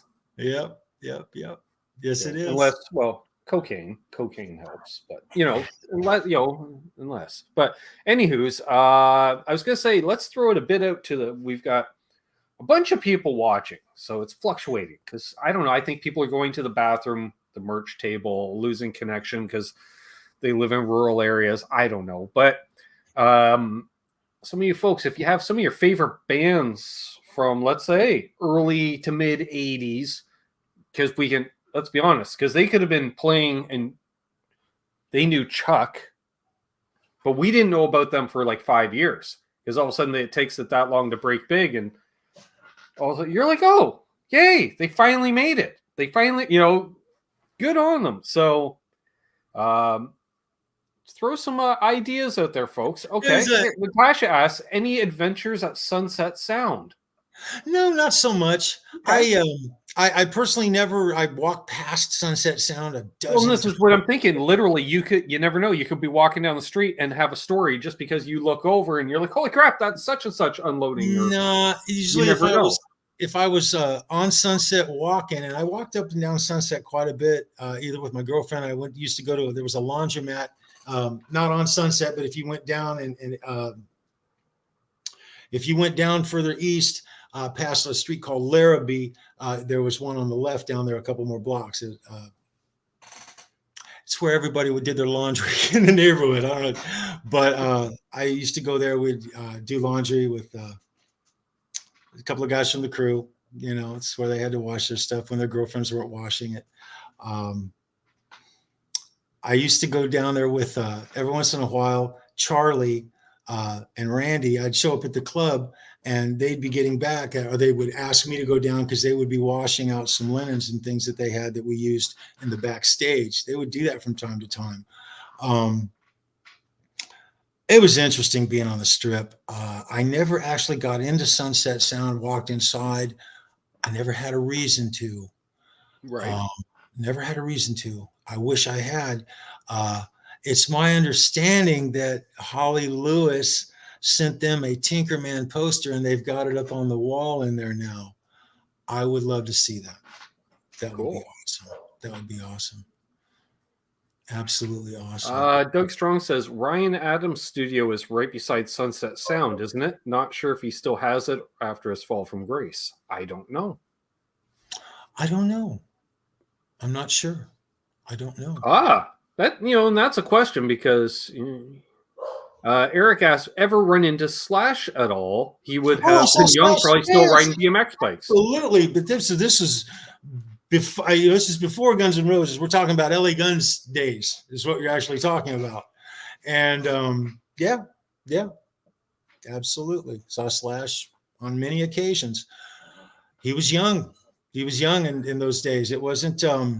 There was no Guns N' Roses, right, at that time.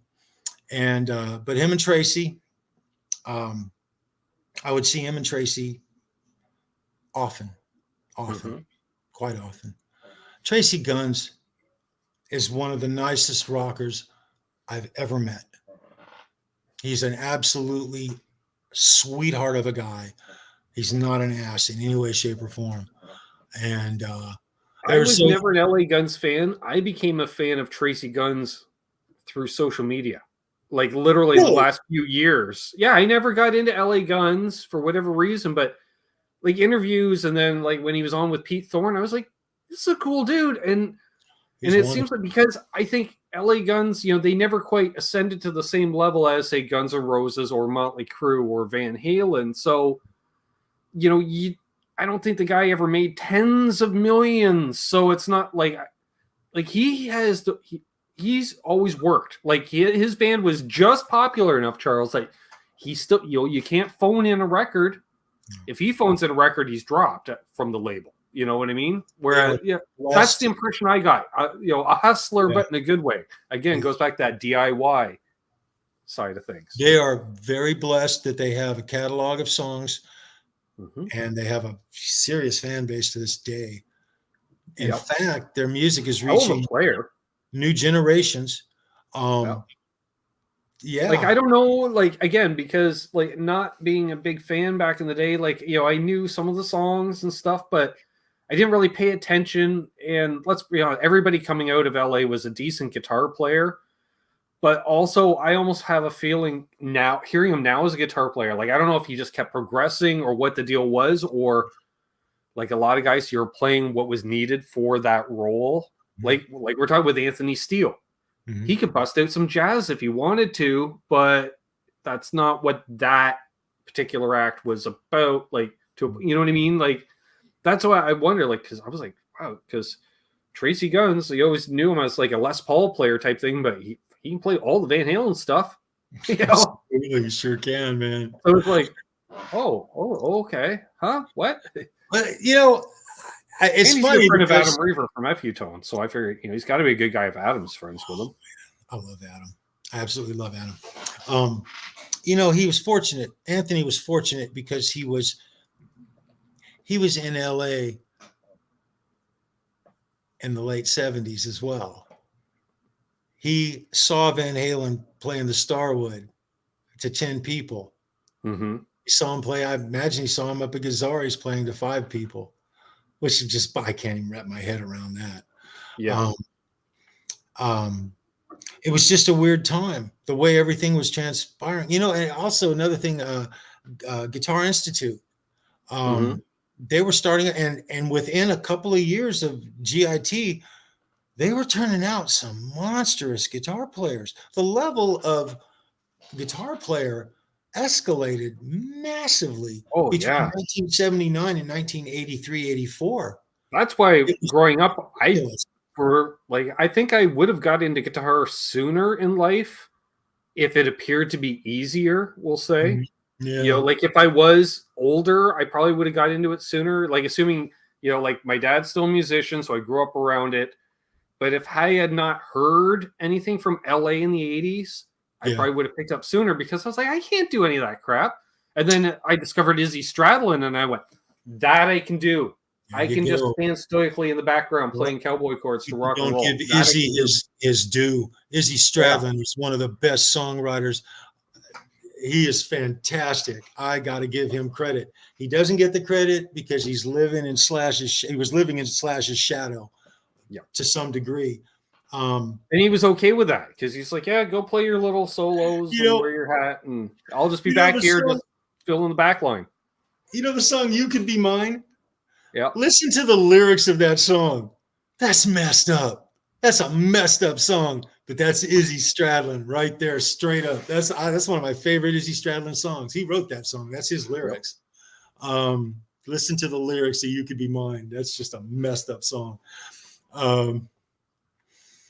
Yeah, guys. Ryan Hall asks, did you ever get a chance to meet Ronnie Van Zant? Never saw Ronnie. No, I saw Ronnie, but I didn't ever saw him like up close. When I was working security, I got to see a couple of Leonard Skinner shows. One actually they were both after the accident. So, you know, it totally changed the band, and it wasn't quite the same. I got to meet Gary Rossington from the band. Well, that was only due to a traffic jam. I saw Ronnie. I want to say it was a year before the plane went down, maybe a year before. It was one of the first concerts. I was doing security. I was a kid. I was young. I was in high school, I believe. It was like in 77 or 78, something like that. I was still like a sophomore in high school. Within a year. And that sucked. That really sucked. I saw the reunion tour, and they brought a pile, and Gary Rossington, they never recovered from it. They weren't the same. Yeah. They weren't the same. I noticed that. I saw him at the Universal Amphitheater. I remember where it was. It was Universal Amphitheater at Universal Studios in Los Angeles. And I got to see him play Freebird, you know, and the whole show was really just a tribute to the lost members who died in the plane crash. Mm-hmm. And it was the weirdest Skinner show I ever saw. No doubt. But it was really I'm glad I saw it. I'm really glad I saw it because it kind of gave a sort of finality to the whole, you know. That really sucked. Then I agree, Keith. Izzy was total punk. Absolutely, Keith. You got that right. That punk attitude. Yeah. Not in his playing necessarily, but my God, in attitude. He was punky as could be. He still is. Like, literally, he just, you know, he'll put out an album and he knows there's enough of a following that'll buy it, Charles, that'll pay for his next bike restoration or whatever little indulgence that he needs X amount of dollars for. And then, so he'll write some songs. Him and Rick Richards will get together. He'll bring in Duff to play on bass because Duff still plays on at least half his stuff, it seems. You know, why not? let me tell you guys a story. It's not a really happy story. It's not a happy story, but it's got a good message to it. And it's straight up Los Angeles, Sunset Strip. This is how it is. And it's, I was fortunate enough one time that there was a knock at that steel door, and there was a group of this show should have actually been down at the Roxy, but there was a double booking of some sort. And they, at the last minute, they moved this show to the Whiskey. And it was jazz musicians got together, and for the life of me, I can't remember all of the names of the musicians who set in, but it wasn't a band. It was a group of guys who got together to celebrate the resurgence of a artist. Now, I can't tell you the name of the artist, because when I tell you the story, I don't want to do the artist injustice. But I'll tell Ben backstage after the show, and maybe he'll leak it to you. Maybe. But I don't want to say. And I will say, if people want my Gary Rossington story, I'll tell it on tomorrow night's show, if you remind me. There you go. On Custom Guitar. Because this is Charles' show tonight. You can tell my stories, which I've told it before. But I know there's always, like you say, there's always new people tuning in. So if you want to hear my Gary Rossington story, tune in tomorrow night.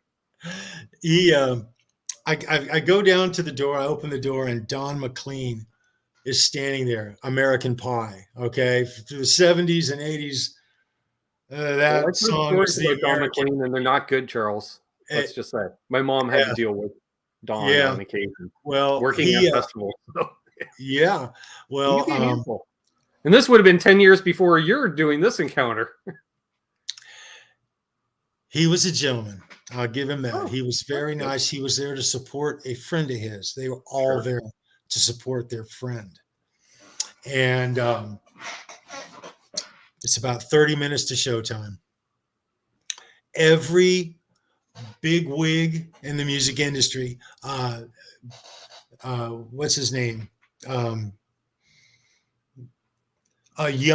guy who did Michael Jackson, produced Michael Jackson. What was his name? Quincy Jones. Thank you. I just watched the documentary on him on Netflix the other night. Quincy Jones was at this. All right. Grace and Jones. Wondering why Quincy Jones documentary was coming up as Netflix. That's why, Doug. I was using your login again. I watched Quincy Jones doc. It was really good. I bet it's killing. Grace Jones, you know, the black actress Grace Jones was in one of the Bond movies. Yep. She was there at this thing. It was just a who's who. One of the most exciting, supposed to be exciting shows I was ever involved in at the Whiskey.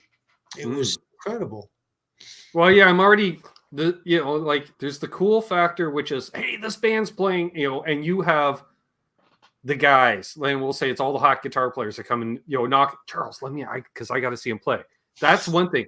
But what you're describing, I'm like, ooh, this is a schmooze factor. I'm hearing faces and names showing up. So that's like when all of a sudden, like when Eddie Murphy decided to release a single, and he's going to have a single release party at the Whiskey, and God knows who's showing up to that circus. It's a who's who at that point. And that's right. When doing my job was the most fun. It really was just fun, Yeah. And, but anyway, it's 30 minutes to showtime, and I'm standing backstage, and I walk up to the bathroom door. And between the two dressing rooms in the hallway, there's two bathrooms backstage. One we keep locked, and we keep it special for people to change. And then there's another one that's kind of open, more or less, for people to use. And at least that's what I did when I was there. And I had the key. And I'm like, gee, and I wonder what that single bathroom would be used for backstage at a rock venue in the early 80s. Read into that what you will. Number 1, number 2, number 3, number 4. I don't know. There you go. Hey, Mark. Hey, Mark. And so anyway, I go up to use the restroom. I walk up to the door. It's locked. I knock on it, and I hear this kind of mumbling from inside. And I wait a couple of minutes. I chill out. I just, I go back to the door again. I knock on it. I don't hear anything. Just then, before I even open the door, one of this guy's people comes out of the main dressing room, and he says, "Hey, is so-and-so in the restroom?" I said, "Dude," I've been knocking on the door for a couple of minutes. I'm opening it. And he goes, okay. And I opened the door. And did you ever see Fall to Pieces? Slash's band. Velvet Revolver. Thank you. Thank you. Yeah, you see that video? Yep. That's exactly what I want. That's exactly. That song and video resonated with me very at a certain point in time in life. And I went, it was worse than that. It was horribly bad. And and it shouldn't have happened. And this person, he was a male person, I'll say that. And he was so incoherent and out of it that they were trying to, but they were in denial at this point because they were ready 30 minutes to go on. Right. And they did everything they could to get this guy rocking and rolling. And they literally sent him down to that stage, and he walked out on that stage and just stood there with just a look of just like he was in another world. And it was the single most sad moment I ever saw in Sunset Boulevard. And sounds like someone did the post-show dosage pre-show. You know what I mean? It was so sad. And the thing about it is there was nobody showing any compassion to this man. They were Which tells me, Charles, it probably if this is his surrounding handlers and stuff, it's not the first time this has happened. I watched an executive from Warner Brothers. He walked up there, he came up those stairs, and every curse word you have ever heard twice. I bet. He chewed out everybody in his camp. And he said, "You will never play in this town again." And he turned around and walked away. And I swear to God, he told him the truth. Gone. And he passed away in 91. So, but anyway, I'll tell you. Immediately, I'm like, who passed away in 91? Yeah, I hate telling stories where I can't tell all the answers. I probably shouldn't do that, you guys. And we'll say, like, if you, again, folks, if you've seen the previous episodes, what's up, Jamal? And hey, Jamal. We tried to keep it on more on the positive side. Yes, there was a lot of decadence, we'll say, at the time. And with decadence comes a lot of the dark side of things, I will say. And so we try to keep it somewhat lighthearted. Have to. And it's just Hollywood and it's the Sunset Strip. Yeah. And there's things I'm not even telling you guys. I never We're not doing true Hollywood story. But some things are okay to share with you guys. Some things is okay for you to hear, like I was telling Ben, I was contemplating not telling that story about the Crüe boys deciding to have to break up with their girlfriends because they were no longer going to ever be able to be faithful. And I couldn't wrap my head around it. But there were 250, 300 girls throwing themselves at these boys constantly. It was ridiculous. So I can empathize a little bit with them. Although I still, right now, I see Beth and Debbie in my mind. I can't believe they did that.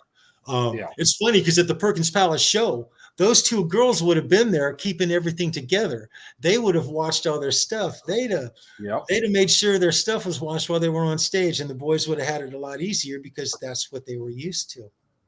So it was interesting. It was just a transition time, and and now we're all Googling. That's typical of Hollywood execs. Yeah. Well, that's the thing. The same execs would have let that issue become a problem. Yeah. Because and then at that time too, on the other hand, very rarely was someone ever sent to rehab. Like really, there was Betty Ford, and that was kind of maybe a handful of other very small, like stuff like Charles, people that were not in the tax bracket, but the 3 tax brackets above us, like the guy who drove the Ferrari, he knows about rehab centers in the area, but they're so quaint you wouldn't know about it because it's just a nondescript house on a street in a neighborhood. Yeah, it was interesting. There were it's like I forget what the dollar amount was for the celebrity rehabs, and it wasn't a thing in the late 70s, but it's interesting. I noticed it a lot more that celebrities towards the end of the 80s would become more public with the fact that you would actually hear it on the news that they've entered a rehab. And the reason they did that was so they didn't have to show up in front of a judge for 30, 60, 90 days. Or if there's a reason you heard about it, it's because their publicist made sure you knew about it because something's about to hit the fan that they're remorseful for. No, you're sorry you got caught. You're not sorry for your deed quite often. Yeah. Hey, Craig. Yeah, but that's give us a thumbs up if you haven't already, folks. Thanks, Mark, for the we're talking about LA, and LA was not a sweet place. It either elevated you or took you out. I get it. Like my cousin Mark, who graduated Hollywood High in either 81 or 82 or 83, right around that age. Cool. And very cool. He's been sober for 30, 40 years because he and most of his friends were alcoholics before they were ever legally able to drink alcohol. Yeah. Because they were kind of that generation similar to yours. And he had a handful of friends that, again, their families were more well off in that area of town, Hollywood. And, and he'd tell me stories, like one of his best friends growing up lived next door to David Geffen. And David Geffen was always offering them booze. He's like, I bet he was. Yeah. Mm-hmm. And he's just like, yeah, you didn't go over there. I'm like, I bet you didn't. That's how it is, bro. So again, folks, read into that what you will. So, which I should get my cousin on for an episode at some point too, because again, like I was thinking that earlier. I was going to text Amanda. Like, I'm wondering if my cousin snuck by you underage to get into a show at the Whiskey, because he was famous for sneaking into places like Charles, to the point where I don't know if you remember the Batman movie with Michael Keaton, the first Batman movie. I'm there. The level of publicity, remember, because they were advertising that for like 3 years, just the Batman logo. Oh yeah. And to the point where at the Hollywood premiere, they had to fly in Nicholson by helicopter and drop him on the roof of the theater. Okay, that's how tight security was. I had heard something about that, Ben. That's interesting you said that. I hadn't. My cousin Mark was at that premiere, Charles. Really? He snuck in. Yeah, because he showed up at the right door. The guy with the clipboard, aka you, looked up and went, Don Henley. And he went, yep. And walked right in. The guy thought it was Don Henley. That's crazy, man. That is craziness. Yeah, I remember him telling me about, I'm like, no, yeah, the guy, he hadn't paid for a movie in 10 years. He used to sneak into all the theaters in LA. Like, I was very proud of the fact it was 1984 before I paid to see Mötley Crüe. And by that time, I had already seen them. It's frightening how many times I've seen that band. I honestly can't tell you. If you just add up shows, individual, we came on stage, we played a set, we've left the stage. It's a ridiculous number. It's ridiculous. There's an interesting one from Absolute Mayhem. What's up, buddy? He says, question for Charles. Are there any stories you hear about that you know are not true, but are now myth or legend? That's a really good question. That is a good question. That's a brain tickler. I'd have to think about that. That's a good question. Well, I was just thinking, like, well, we referred to, the movie The Dirt. Like, for the first half hour of that movie, you could be like, yeah, that happened. No, that didn't happen. Nah, yeah, that happened. No, that didn't.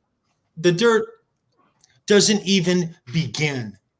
Doesn't even scratch the surface to portray how nasty that apartment was. I'm not kidding you. The smell from time to time was horrifically bad. Their girlfriends would show up and they would clean that thing. They would clean that apartment. They did it a lot. And it got bad. And it was funky bad. And the movie doesn't even begin to give it justice. In every sense of the word. Not just the nastiness of it, but just the whole atmosphere. It was absolutely freaking crazy. I It have was just here's a random unbridled question. craziness. I remember, I think you mentioned it in the first show we did together. And it was a conversation where it was one of those, and then at the end of the story, you explained who the person was as a very unknown person at the time, which was your first time meeting James Hetfield, because he was so new, like new, like he was just a guy basically. But I was wondering if there was anyone else, because, you know, like, let's use the cliche, you know, the guy gets off the bus, you know, from wherever, like Axl Rose coming in from Indiana, you know, and then it's like, hits the Sunset Strip, there's the whiskey, you know, first day in town type thing. Is there anybody, do you remember meeting per se, like they were literally a nobody? And not necessarily a local, because like say, like Tracy Guns grew up in the area. So you may have known Tracy in a sense, or come across Tracy just by happenstance because he's playing at a local show of some kind. But anybody kind of come across, like, you know, that ended up making their mark in town, say not that long after, and you're like, yeah, I remember when he was just the guy that was doing this. I would have to say the greatest lead singer that came out of the Sunset Strip, in my opinion, was Jani Lane. And I remember Jani when he was nobody. Okay. He was nobody. And he was so likable and so nice. And he wasn't an ass in any way, shape, or form. I remember one time, it was 1980. Oh, I got to get the year right. I want to say it was around 86. 80, end of 85, maybe 86. And Bill Gazzari, he hated Van Halen. He talked nothing but crap about David Lee Roth. Couldn't stand him.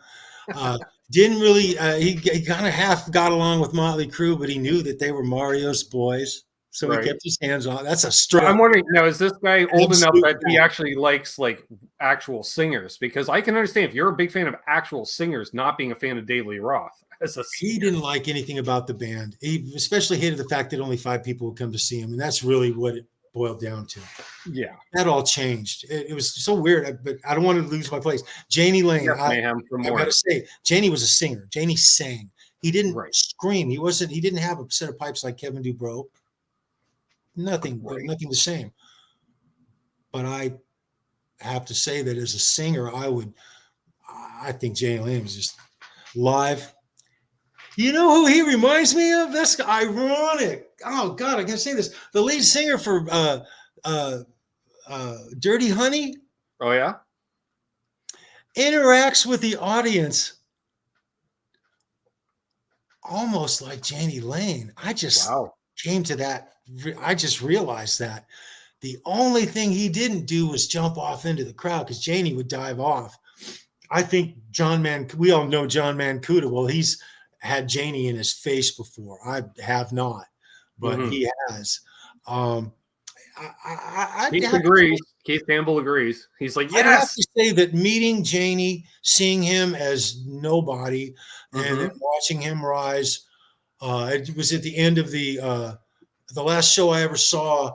The last Warrant show that I ever saw was I think it was 1989, and it was with Rat.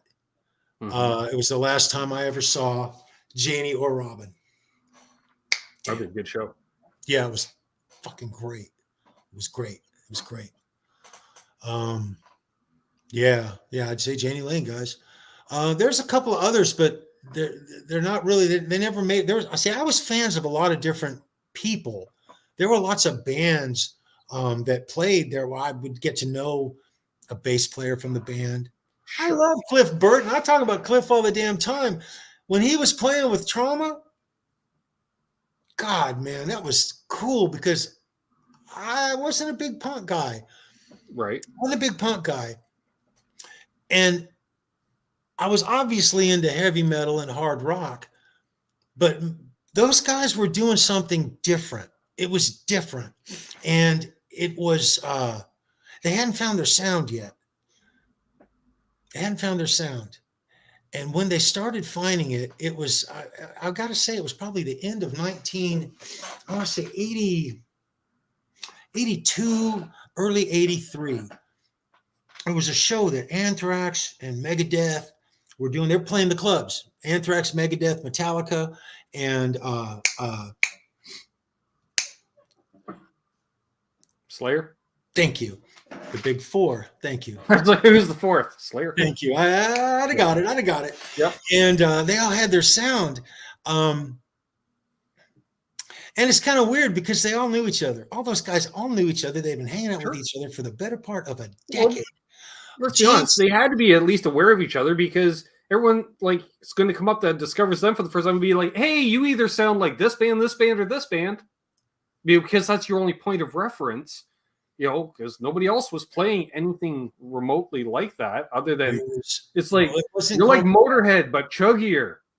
Yeah, it wasn't called thrash metal. It was look, Metallica, James Hetfield called it what it was. It was metal.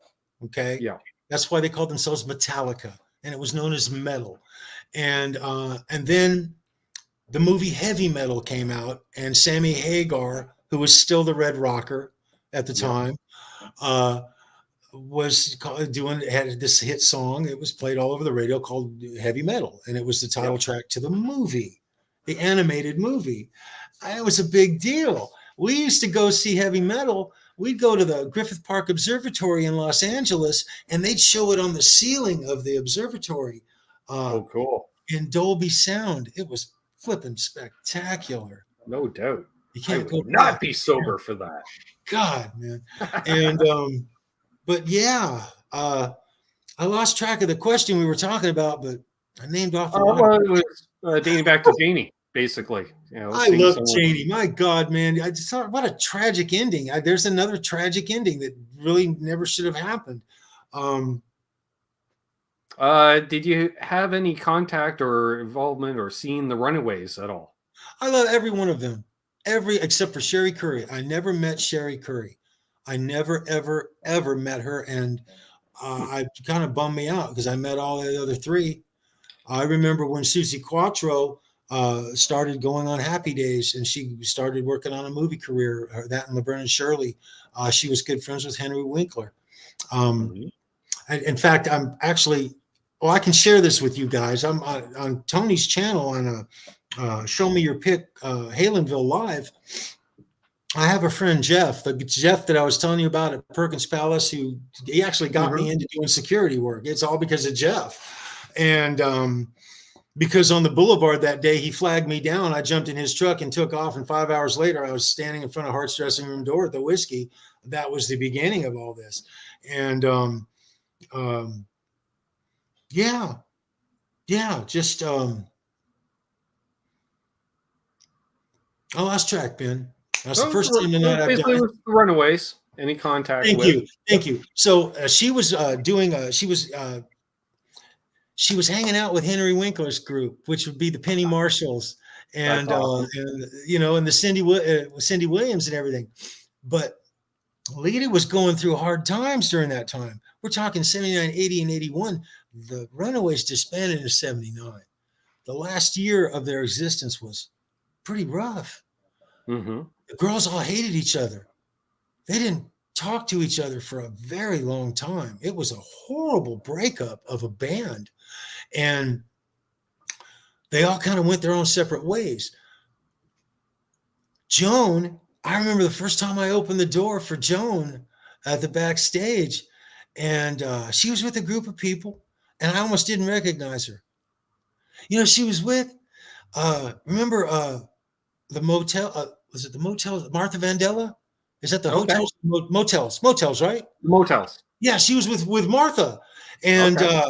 And so I opened the door and I see Martha and I'm like freaking out. And I realized that, damn, that's Joan Jett, right? And I love the Runaways. I thought they were so cool. They were before their time. They were the female version of Mötley Crüe. That's kind of how I make that analogy between those two bands. They were the female version of Mötley Crüe. Those girls were flat, radical, rowdy girls. And but back to Lita. Lita, Lita was mad. She wasn't communicating with anybody at that time. I know this because I heard her talking about it one time. And she hadn't spoken to Joan. At the time when I heard her talking about it, she hadn't spoken to Joan for a couple of years. She hadn't spoken to Susie for a couple of years. Sherry was writing a book, and she was pissed off about the book. And I remember her making a comment one time about, she said that the version that Sherry's saying about that story is not the way she sees it or the way she would tell it. She actually, it's public on that. That's like a public thing she said. I'm sure of that. But there's a story that I'm trying to put together, and I'll share it with you guys. I don't have the actual answer to it yet. I can't tell the story yet. And I'll probably end up telling it on Tony's channel. Is probably where it'll end up going down, because I'm communicating with my friend Jeff, and I'm going to see if I can get him to maybe come on to a show and that'd be awesome, and tell some stories. Because because I think too, it would spark like one of those, hey, do you remember? Yes. One of those situations right there. And that's my, and that will spark something else. And then there's a story that I want to tell, and it's all about a mirror. You guys are like, what? A mirror? This is a special mirror. Well, there was a lot of mirrors in LA in the 80s. So Nikki Six asks my friend some Jeff. Were vertical, some were horizontal. Nikki Six asked my friend Jeff, who had a pickup truck at the time, a Toyota SR5 long bed, little, Toyota pickup truck. Yep. And he needed a mirror moved. This mirror moved, and he wasn't talking to me, but Jeff needed a hand with it, and so Jeff said, "Hey, want to help me move this mirror for Nikki?" So we go to this house down on Doheny. It's an LA thing. And me and Jeff and Nikki's straddling the 5-speed shifter in the middle of the truck. You see Nikki Six in a crummy, shitty SR5 Toyota. He doesn't fit, trust me. And so we go to get this mirror. So all legs and hair. It's just all legs and hair. The guys, when they tease their hair up, it was quite massive. But when you said that, it was pulled down, pulled back. It was a little different. They didn't quite look the same when they weren't on stage. It was all legs and ponytail. I've seen some shaky crew before, but no, they're great guys, man. You guys, the crew are just fantastic guys. Anyway, what was I saying, Ben? Bring me back. You were going to get this mirror or move this mirror. So we're going to pick up this mirror, and so I'm asking, mirror, how are we going to transport a mirror? I'm telling Jeff, how are you going to? Just because you have a truck, you can't transport glass. It's a mirror. What kind of mirror? It's a big mirror. Well, how big? Weighs like 200 pounds. What? Yeah, it weighs like 200 pounds. It's an antique mirror. Okay. So anyway, we get to this place. We get up this could come out. Yeah, like 200-pound antique mirror to some Hollywood mansion that could have been. Let me tell you, the story of this mirror is flipping incredible. So, but I can't tell the whole story, guys, because there's 2 or 3 connections to it. And I got to know the answer. That's where my friend Jeff's going to come in. But anyway, I'll tell you the basics of it. We pull this blanket back up. We go into this. It's just a really dusky old garage. It's kind of mildewy, bad place for furniture to be. And he lifts this blanket back, and there's a 7-foot tall piece of glass encased in an 8-inch, 4-inch thick wood casing in what looked like to be like a cherry oak. Okay, this thing was old. It was old, more than 100 years old. Okay, the glass was probably 3/4 to an inch thick. Yeah, like some OG mogul. This was the mirror. Would have had that in his foyer. This was the mirror that sat in the foyer to the mansion of Gary Marshall, the home that Penny Marshall grew up in. This is what I'm saying.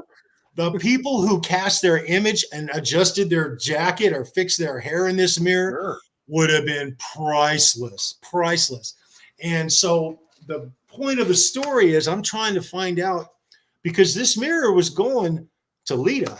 This mirror was going to end up with Lita or one of her friends or something. And it had to do with Susie Quattro giving it. It was a gift. and I want to get the story right. I really shouldn't even be telling it, but we're all friends here. What the heck? You know, you don't mind getting a short version and a long version later. All right, whatever. But I was telling Tony about that. And so he and I, we're trying to come get, we're going to figure it out. And I'm going to come get to the bottom of that story and share it with you guys. It's a right out of Hollywood, just regular Hollywood stuff, you know, which is the best. That's the best. Well, I can just imagine, you know, like growing up in that area too. Like say, like there's been new money every generation, right? And new money breeds stupidity and excess. And that's okay, because that's good for a local economy, really, because the worst thing you do is sit on money. Not that we're doing Econ 101 here. But, you know, like you just think for a better part of a century, from the original guys who had the studios, a lot of studios that don't even exist anymore, that ruled, say, the silent movie era. You know, and these guys were worth tens of millions then. Yeah. You know, so you can just imagine, like, everything was gilded, and they do have these mansions, and it's one generation after another. And it's funny because it's like Spielberg would say live in Sam Mayer's old house, and it's because it's literally, it takes an A-lister to live in one of those places. Yeah, but then you have estate sales, and all this shit exists. You know, stuff goes on all the time. Yep. Constantly. And someone moves into a place, Charles, and they just want the stuff, the clutter. They just want the clutter gone. Because they got the Ferrari, and they want to park the Ferrari in there. And there's junk in there. And you're like, junk? Like, this is whatever. Antique furniture just rotting away. And watching us move that stupid mirror was like watching the Keystone Cops. We laid it down flat. We laid it down flat on some blankets. Yeah. The fact that we got it from A to B and we didn't break it in 1,000 pieces was a flipping miracle. It was a miracle. And I'm going to tell the whole story. I'm going to tell it when we get it all together. I don't want to keep, you know, but yeah. I'm just mental image. But in my mental image, Nicky has the hair up because he has a show later and he doesn't have time to do it. It's just regular, straight up, everyday life, you know. Yeah. And he was poor. He was so flipping poor. And when I say that him and Lita, they're the cutest couple I've ever seen. I'm going to say it just like that.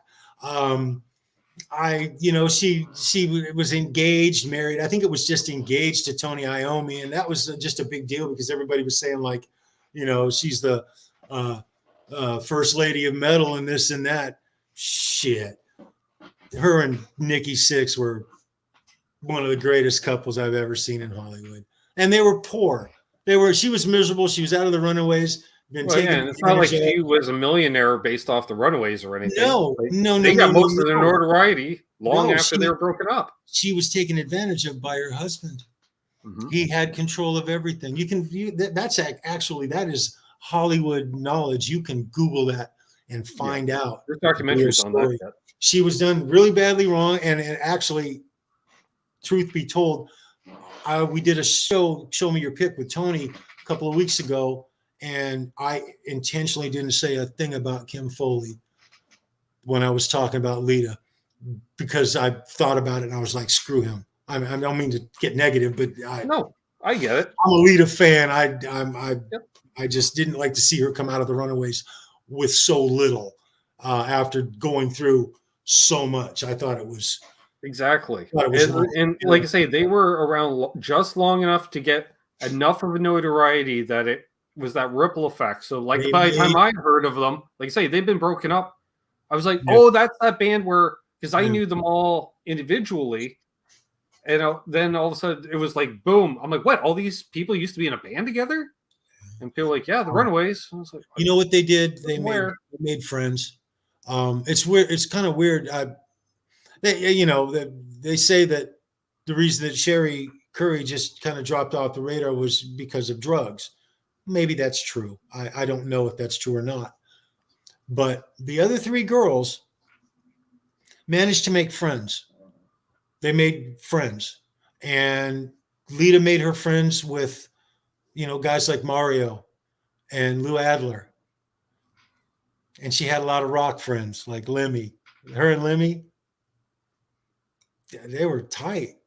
They were just really friends. They were good friends. Yeah, for decades. Frankie Banelli, you know, he was playing with Steppenwolf back in the 70s.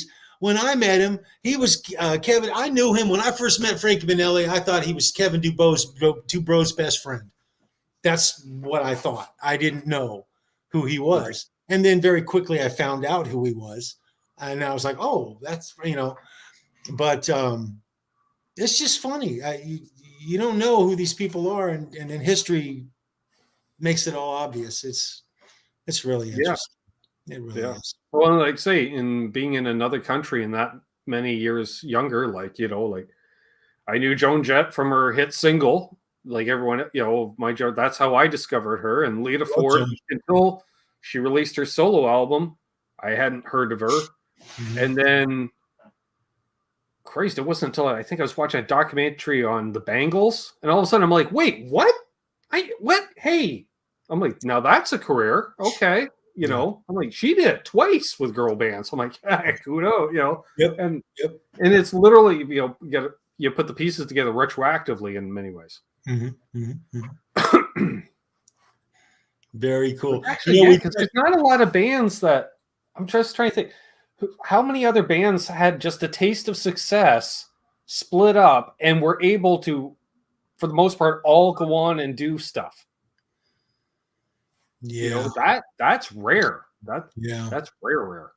Yeah, you know, it basically you have to be a well-established band, break up, and then be known as 3 songwriters in the band go off and do their own thing, or split into 2 projects, or it's very rare. So it was hard watching bands break up and watching members leave one band to go to another.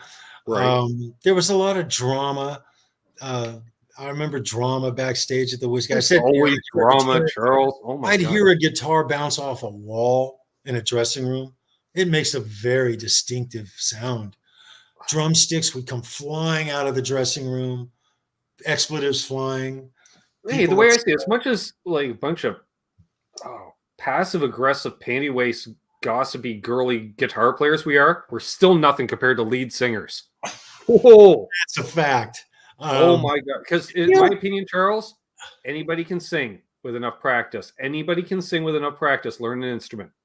You know, unless you can, you know, crowd right there, like a true front man or woman, you know, that's different. But if you're just a lead singer that kind of phones it in for the most part, at least pick up a tambourine a couple times a set or something, you know, like do something. Yes. That's always been, you know, and for God's sakes, help with load in. Jesus. The PA is your responsibility. The band doesn't need the PA. The drummer doesn't need any of the PA. The singer needs the PA. Singer needs that PA. There's no doubt about it, man. You know, me and Ben, we were trying something. I was, I'll share them with you what we were trying before the show. I took a guitar lesson from Robin Crosby once. Yeah, I was going to say, Charles, you know, most people in the 80s, as far as again, just thumbnail view from Canada, right? If I had heard in the 80s, hey, I got a guitar lesson from Robin Crosby, I'd be like, well, obviously you won a contest of some kind. You obviously won a contest. And instead, Charles is just like, no, our girlfriends were doing laundry. Yeah, they were at the laundromat. He was actually with Jakey Lee was in Rat at the time. He was not happy. I'd actually told that story before. But they had the foundation to 20 good Rat songs, and they were coming into the sound. That's my understanding. Was it that Jakey Lee wasn't there long, but it was prolific as far as creativity while he was there? No, it was I love Jake. No, I'm not saying this to down Jake. Jake is a lone wolf. He's made to be a single guitar player. He's not made to coexist with other guitar players. That's true. That's what the problem was. Period. And he wasn't the right fit. Yeah, Kush, man. He knew them forever. Those guys all grew up. They knew each other for years. And so it wasn't like they had any mystery between each other. Warren DeMartini was like a magic Jewel, I've said it before, it was incredible. And 6 months after Robin started jamming with Warren, he escalated as a guitar player, his ability, and I'll tell you why. And this is interesting. He went from being around guys who were playing 2-note per string lead work, pentatonic blues scales. Yep. When he started jamming with Jake, Jake will play 3-note per string, legato picking, but not the same way that Warren DeMartini does it. And Robin elevated his ability because he started playing 3 notes per string, legato picking, and implementing it into the style of the songs. I noticed that because that's one of Warren's things when he plays solos. And he's different than Jake. Him and Jake are completely different guitar players. They don't. And I'll be honest, I did a bit of more of a dive into listening to more Rat as a result of us doing our hangs together. Imagine that. Yeah. And I was surprised, because you're just listening to it, right? And I don't remember the videos because for the most part, the biggest time I had been a Rat fan, I hadn't played guitar yet. Yeah. So yeah. And then I didn't realize how much lead work Robin did. Because that was the whole thing. And the beauty of it is it wasn't like he had to ask Warren. Warren just got it together. He got so happy, and he started feeling like he was producing and he was giving something back. It was always negative. I got the impression, like you'll hear a song and Warren starts the riff, and it's like, okay, that's probably a riff he came up with. You're going to play it at practice. Robin's listening. He's going to start noodling over top of it. And Warren's going, yeah. And that band was big on the 10-second guitar solo, just that quick, like during a turnaround. And Robin would just throw in a quick little something or other, And I was just like, holy crap. Okay, so Warren might have a main solo in a song, but all the rest of the noodling is Robin throughout the song over top of Warren. They really emulated this sort of the style of Judas Priest and a lot of their music. In fact, I've said it before. KK Downing was one of Robin's absolute favorite guitar players. I've been to Judas Priest with him on a couple of shows, and I watched him, and his eyes, he just fixed on him. He was going to school. He would be like, I'm going to be that guy someday. And he did it. He freaking did it. I couldn't believe it. I couldn't believe it. I couldn't believe it. But he gave me a guitar lesson. He was busting through a bunch of songs, a bunch of Rat songs. And thank you, my friend. And I said to him, dude, that's an awesome stories. Thanks, Chuck and Ben. Really cheered me up for the night. Well, I'm glad we're helping out, buddy. Excellent, bro. And so he was practicing. That's what he was doing. And so Susie had a Takamine, acoustic Takamine, acoustic, what a Takamine is. Sure. And it was halfway decent acoustic guitar, and I still couldn't play it with a darn, but I knew some basic chords. And so I said, man, teach me something. Just like that. And he goes, all right. And he goes, play an A.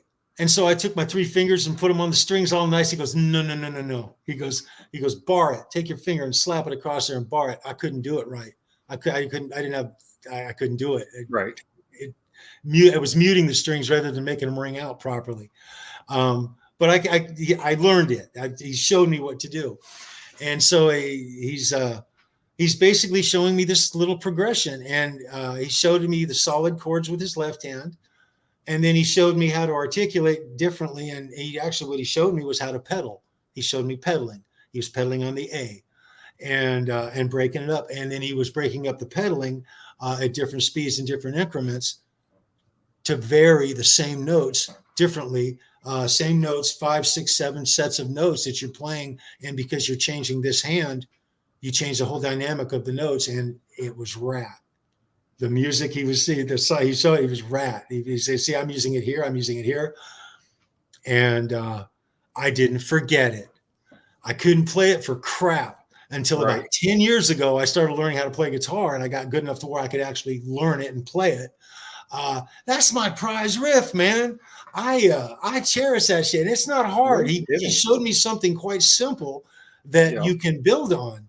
And that's kind of the thing. Like you say though, like he had learned the 3-note per string, from Jake and Warren, and that was a game changer. And let's be honest, that created a lot of what is perceived as speed in many ways, and the smoothness and this and that, which led to the whole, let's call it the LA shred thing, what have you. Yeah. Everyone's stepping up their game and stuff like that. And like you say, it's like, hey, this is a game changer. Hey, Charles, like if I can teach, like he literally, it's like, okay, I can't give you lessons for 6 months. Here's one nugget, which, like say, that is a game changer because it's going to advance your playing so much. And especially where he said, start with an A. And as soon as you went, no, don't do it this way, do it this way. And you're like, whoa, what am I learning here? Like that's right from foundational. Okay. Yeah, I get it. Well, and it's interesting because, and the thing about this chat is, I have bias effects right here, positive grid. And I was going to show you guys on guitar what he taught me and break it all down, but it keeps clipping out and it's not working. And the level that you played at would just be horrible in it. Yeah. So we're going to fix that. We're going to make this happen. I just probably got to change my camera or something to where I can plug directly into it. We can figure it out. And you'll hear it through the camera instead of indirectly. Because I'm curious to see this too. Oh, you'll love it. You'll love it. Because it could be something like either I'm like, oh yeah, or I was supposed, oh really? We all do it. All the guitar players do it. It's because that's really it. I'm curious what really it is in that respect because I'm like, oh, okay. Yeah. I'm always looking for a trick or a lick or what have you, or But anyway, guys, that's where I want to give a shout out to Fruitcake Tony's channel, Halenville Live, guys. I don't know if you got any guys out there who are into Van Halen, but he's going full nerd. David Nesdahl, Rob Johnson, Donnie Ward, Chris Locke, and more. There's more. Yep. More guys are going to be, and Neil Daly's going to be there. Excellent. I love Neil. He builds some of the best damn. I can say I've obviously co-hosting a show with Dave Nesdahl every Thursday night on the Dave Nesdahl YouTube channel, Guitar Town Hall with Dave Nesdahl and me. That's right. And which like we've had Chris and Don on there, and of course I've known Rob for a number of years now, and I know Rob's just like, holy dude, like, okay, I get it. You know a lot. And then these guys know how to build it, and I get the chance to go on those shows, and I'm just like learning stuff. And me both. Dave kind of likes it because I thought I knew Van Halen. I don't, not like on that level, to the point where I just remember like Don's like, yeah, did you know the Frankenstein had at least 11 necks on it that we know of? I'm like, no, I did not know it had 11 different flipping necks that we know of, and that's just the ones that were photographed on, right? Yeah, like stuff like that. I was just like, holy crap, on a cracker, like, which I just tried to absorb like 10% of it, and I'll just ask Reno a question. I'm like, wait, so because I know if I'm thinking it, I can't be the only one that's thinking it. That's right. And I'm not afraid to ask those questions. Right. Like, how, why, this and that, and I'm anticipating that show. That's going to be. I think it's I've anticipated a lot of shows in my past, but I'm really, really, really looking forward to that show. Neil's building me a 5150. The show is about 5150s. Yep. We were going to pick specs last week because there's a lot of specs to pick on custom built guitars, and we put it on hiatus for right now until after the show. Good idea. And because I may want to change something. I'm literally going into territory that I've got some knowledge, but I'm an idiot. On this panel of guys, I'm the moron at the bottom. And it's like one of those things, like someone says, hey, Charles, you're building a 5150 replica. Yeah. Which one? You're like, what do you mean? I'm building No, which one? There's let's say at least 3 Oh no, there's more than that. There's more than that. I don't know the exact number. Yeah, I'm gonna say, but like 3 of the big, like you're gonna have your new out of the box ish, then your live without a net eras, which is your somewhat relic, and then let's say your modern era with the 7th tuner, and it's 1 star, 2 stars. It's got a crap ton of holes in it and cigarette burns. Hot for teacher. We just named 6 or 7. I'm thoroughly anticipating this show. I am giddy. I cannot wait. That's the beauty of YouTube, you guys. Absolutely beautiful. And it's amazing who you get to meet and like, hey, it's because of YouTube. You and I are friends, and I just dig it because it's literally. I'm the type of guy, Charles, that if I showed up at the whiskey, I'm going to end up talking to you during the night. And it's not just to try to get backstage. It's just like, I hang out with one of those, like so often, if the sound dude, they have him kind of on an island at the venue in amongst people. I'm always the dude next to the sound guy because one, that's the best place you're going to hear the band. Is that's where his ears are. So I want my ears right next to his ears. That is right. And usually you strike up a conversation. Hey, how's it going? How's the tour been? Yep. That's kind of the way that's the way I am. So that's why I dig these conversations. And it's very much, we're not telling the stories. We're telling the rest of the stories in many ways. Like the B-roll footage, if you will, in the documentary, which that's what I want to know about, Well, the years, so I've finished the story of the Perkin Palace.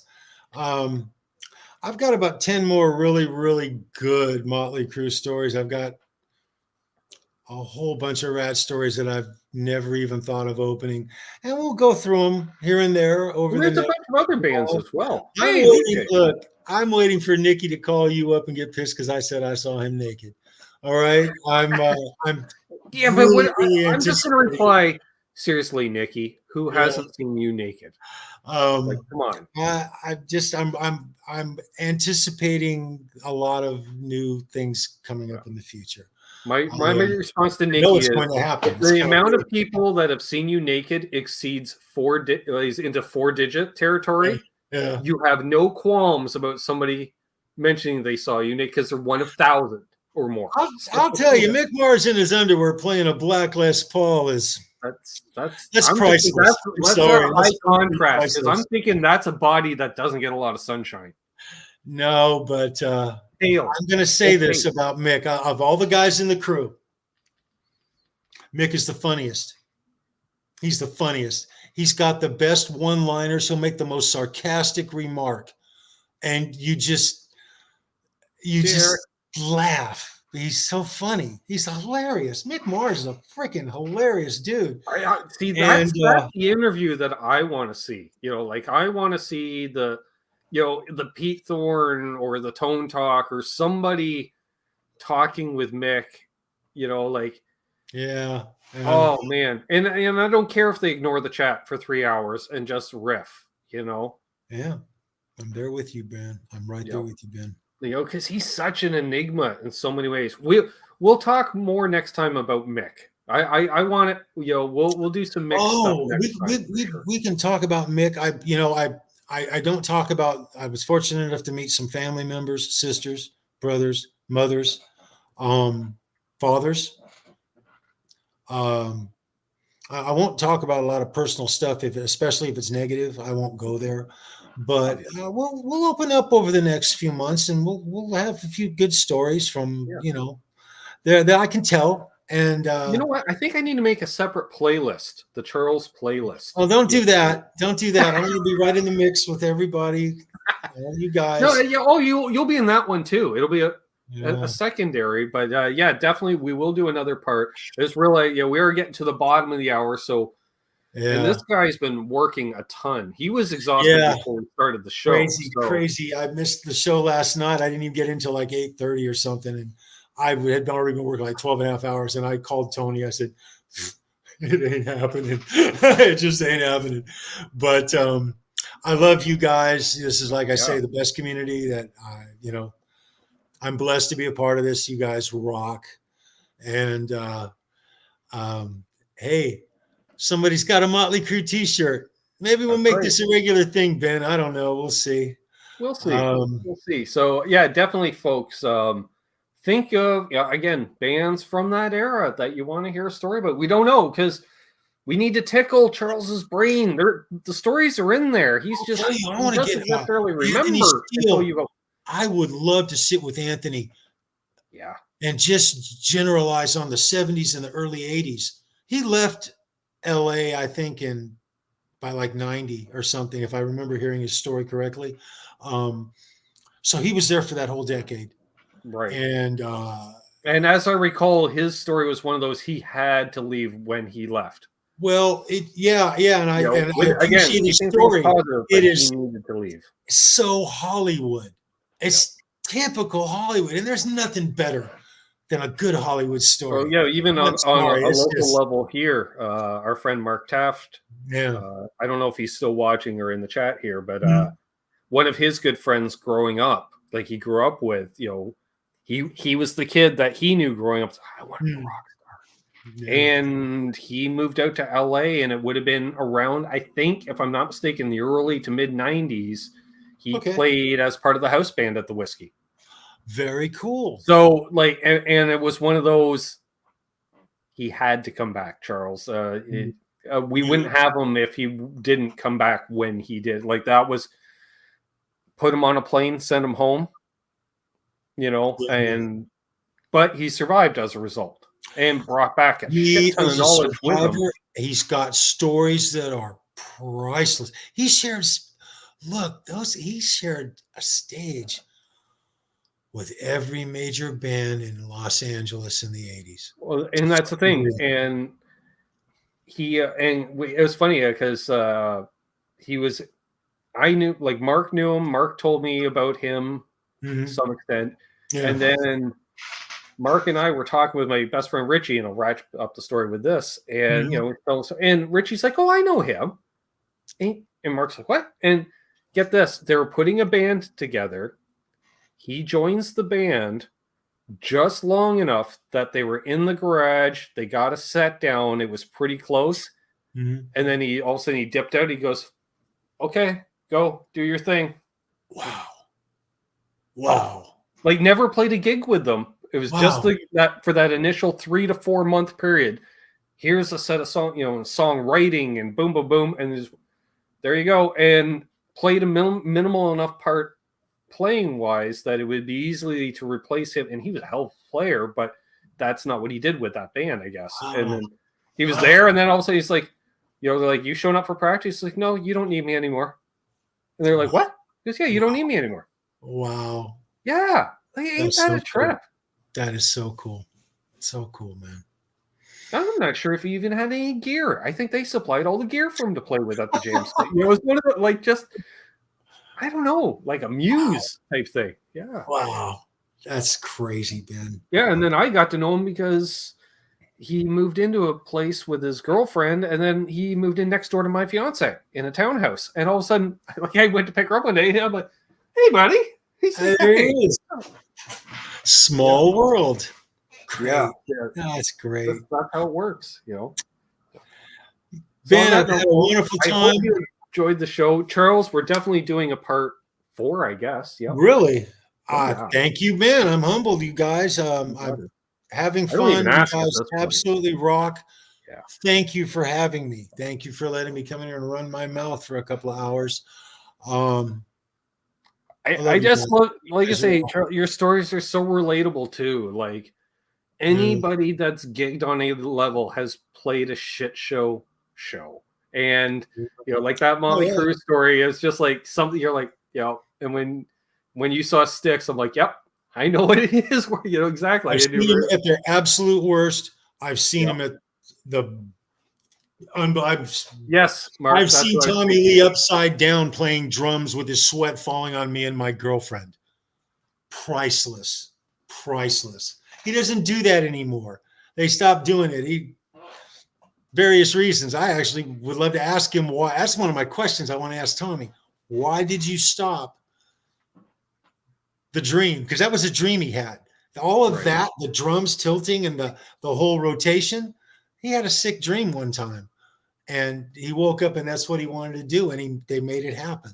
They had it took a number of years. They had money and they had the wherewithal to do it at the time. You wonder his handler, like once they were, let's say, big, right? Yeah. You know, and they're planning out the Show to the Devil tour, because that was the first, we'll call it the big tour, right? Mm-hmm. He's like, yeah, okay, we can do this. They had a bit of a budget, okay. And then Theater of Pain, and that got big, and stage, blah, blah, blah. And he's is this the tour I can? They're like, no, Tommy, no, this isn't. Okay, and then girls. Is it can't? Well, we can kind of do this, know. And he's all right, but and then can I? No, yeah, okay. And then he's like, yes, I'm freaking rock star. I can just tumble wherever I want with my drum kit. And I swear that's the only reason he stayed with Mötley Crüe for a number of years, because he wanted to be a DJ, but he's like, yeah, but I get to do the tumbling, and I like that. Well, they opened the tour at the Forum in Los Angeles, is where that tour actually opened. And the initial mechanics of it is a forklift came in behind Tommy and lifted him up to a point where they could lock the locks. There were four locks that got locked to lock him in the cage to where it was free swinging. And then this track would carry him straight out. And then it could tilt him left and right about 45 degrees. And then it would spin him upside down, and then it would rotate. And he told me one time he almost threw up. It took getting used to do that. No doubt. It was an acrobatic, and nobody ever did that. That's a Tommy Lee signature, awesome freaking thing that's going to go down in history. It hasn't been redone yet. It would cost in the insurance today. Well, Blink 182, their drummer, he's pretty freaking awesome. Travis Barker, and his drum kit, he locks himself in there, and it tilts forward. It comes up way forward, and he's literally playing almost like looking down at the floor. And that's pretty spectacular, but it doesn't hold a candle to Tommy's drum solo upside down and coming out across the audience. So that's one of my favorite memories of Tommy, period, is him drumming, doing that one thing. Because he literally thought that. That's a sick dream he had. People don't believe it that he thought that shit up while he was sleeping. He did. And then they made it happen. And how old was he when he first thought of that? He was 23 years old. This is what I'm saying. 20. Is this the tour I get to do it? No, this isn't the tour, Tommy. Yeah. This is not the tour. Yeah. 23 or 24 years old. One of the two. I think 23. Awesome. Anyway, you guys, this has been really fun, and thank you for having me. I love you all. I will be back tomorrow night with Canucks with Guitars with Terry and maybe Tom, depending on how Tom's feeling. You know how that is. We love you, Tom. You be well, brother. Tom may have been lurking this evening, so hope Tom. Also, I want to give a shout out to Lenny Lou, and Mary. Lenny, you get well, get better. She's convalescing. Analog Kid, I haven't seen you in a minute, and I miss you. We all miss you, and we need you back. And I'm sure I'm forgetting somebody, Ben, but hey. Well, yeah, we had some cool people in the chat here tonight, which is awesome. We had some cool questions and comments and such, and thanks to the moderators for moderating and the chatters for chatting, and those who super chatted. I always appreciate that. Got some Soda Pop videos coming out this week, because why not? And I don't know, something on the workbench, I guess. Yeah, I've got some stuff I need to work on. So we'll do a workbench video as well. Hey, those are my favorite, Ben. Well, because they rarely go smooth. They rarely. Hey, life isn't smooth. It's not supposed to be smooth. That's the interesting part of it, man. Yeah. I just amazed that people, every time I use my tray for parts, they don't. The Mockingbird truss rod cover is still in there. It's been in there for months. I don't put truss rod covers back on my guitars. I throw them in a container. I'm constantly tweaking. Probably a good idea. Tweaking the guitar. I don't even bother putting it back on. I don't put back plates on Floyd's. Springs. You never know when you got to get in there with a wrench.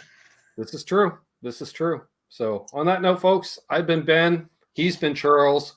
You've been you. Because that's how it works.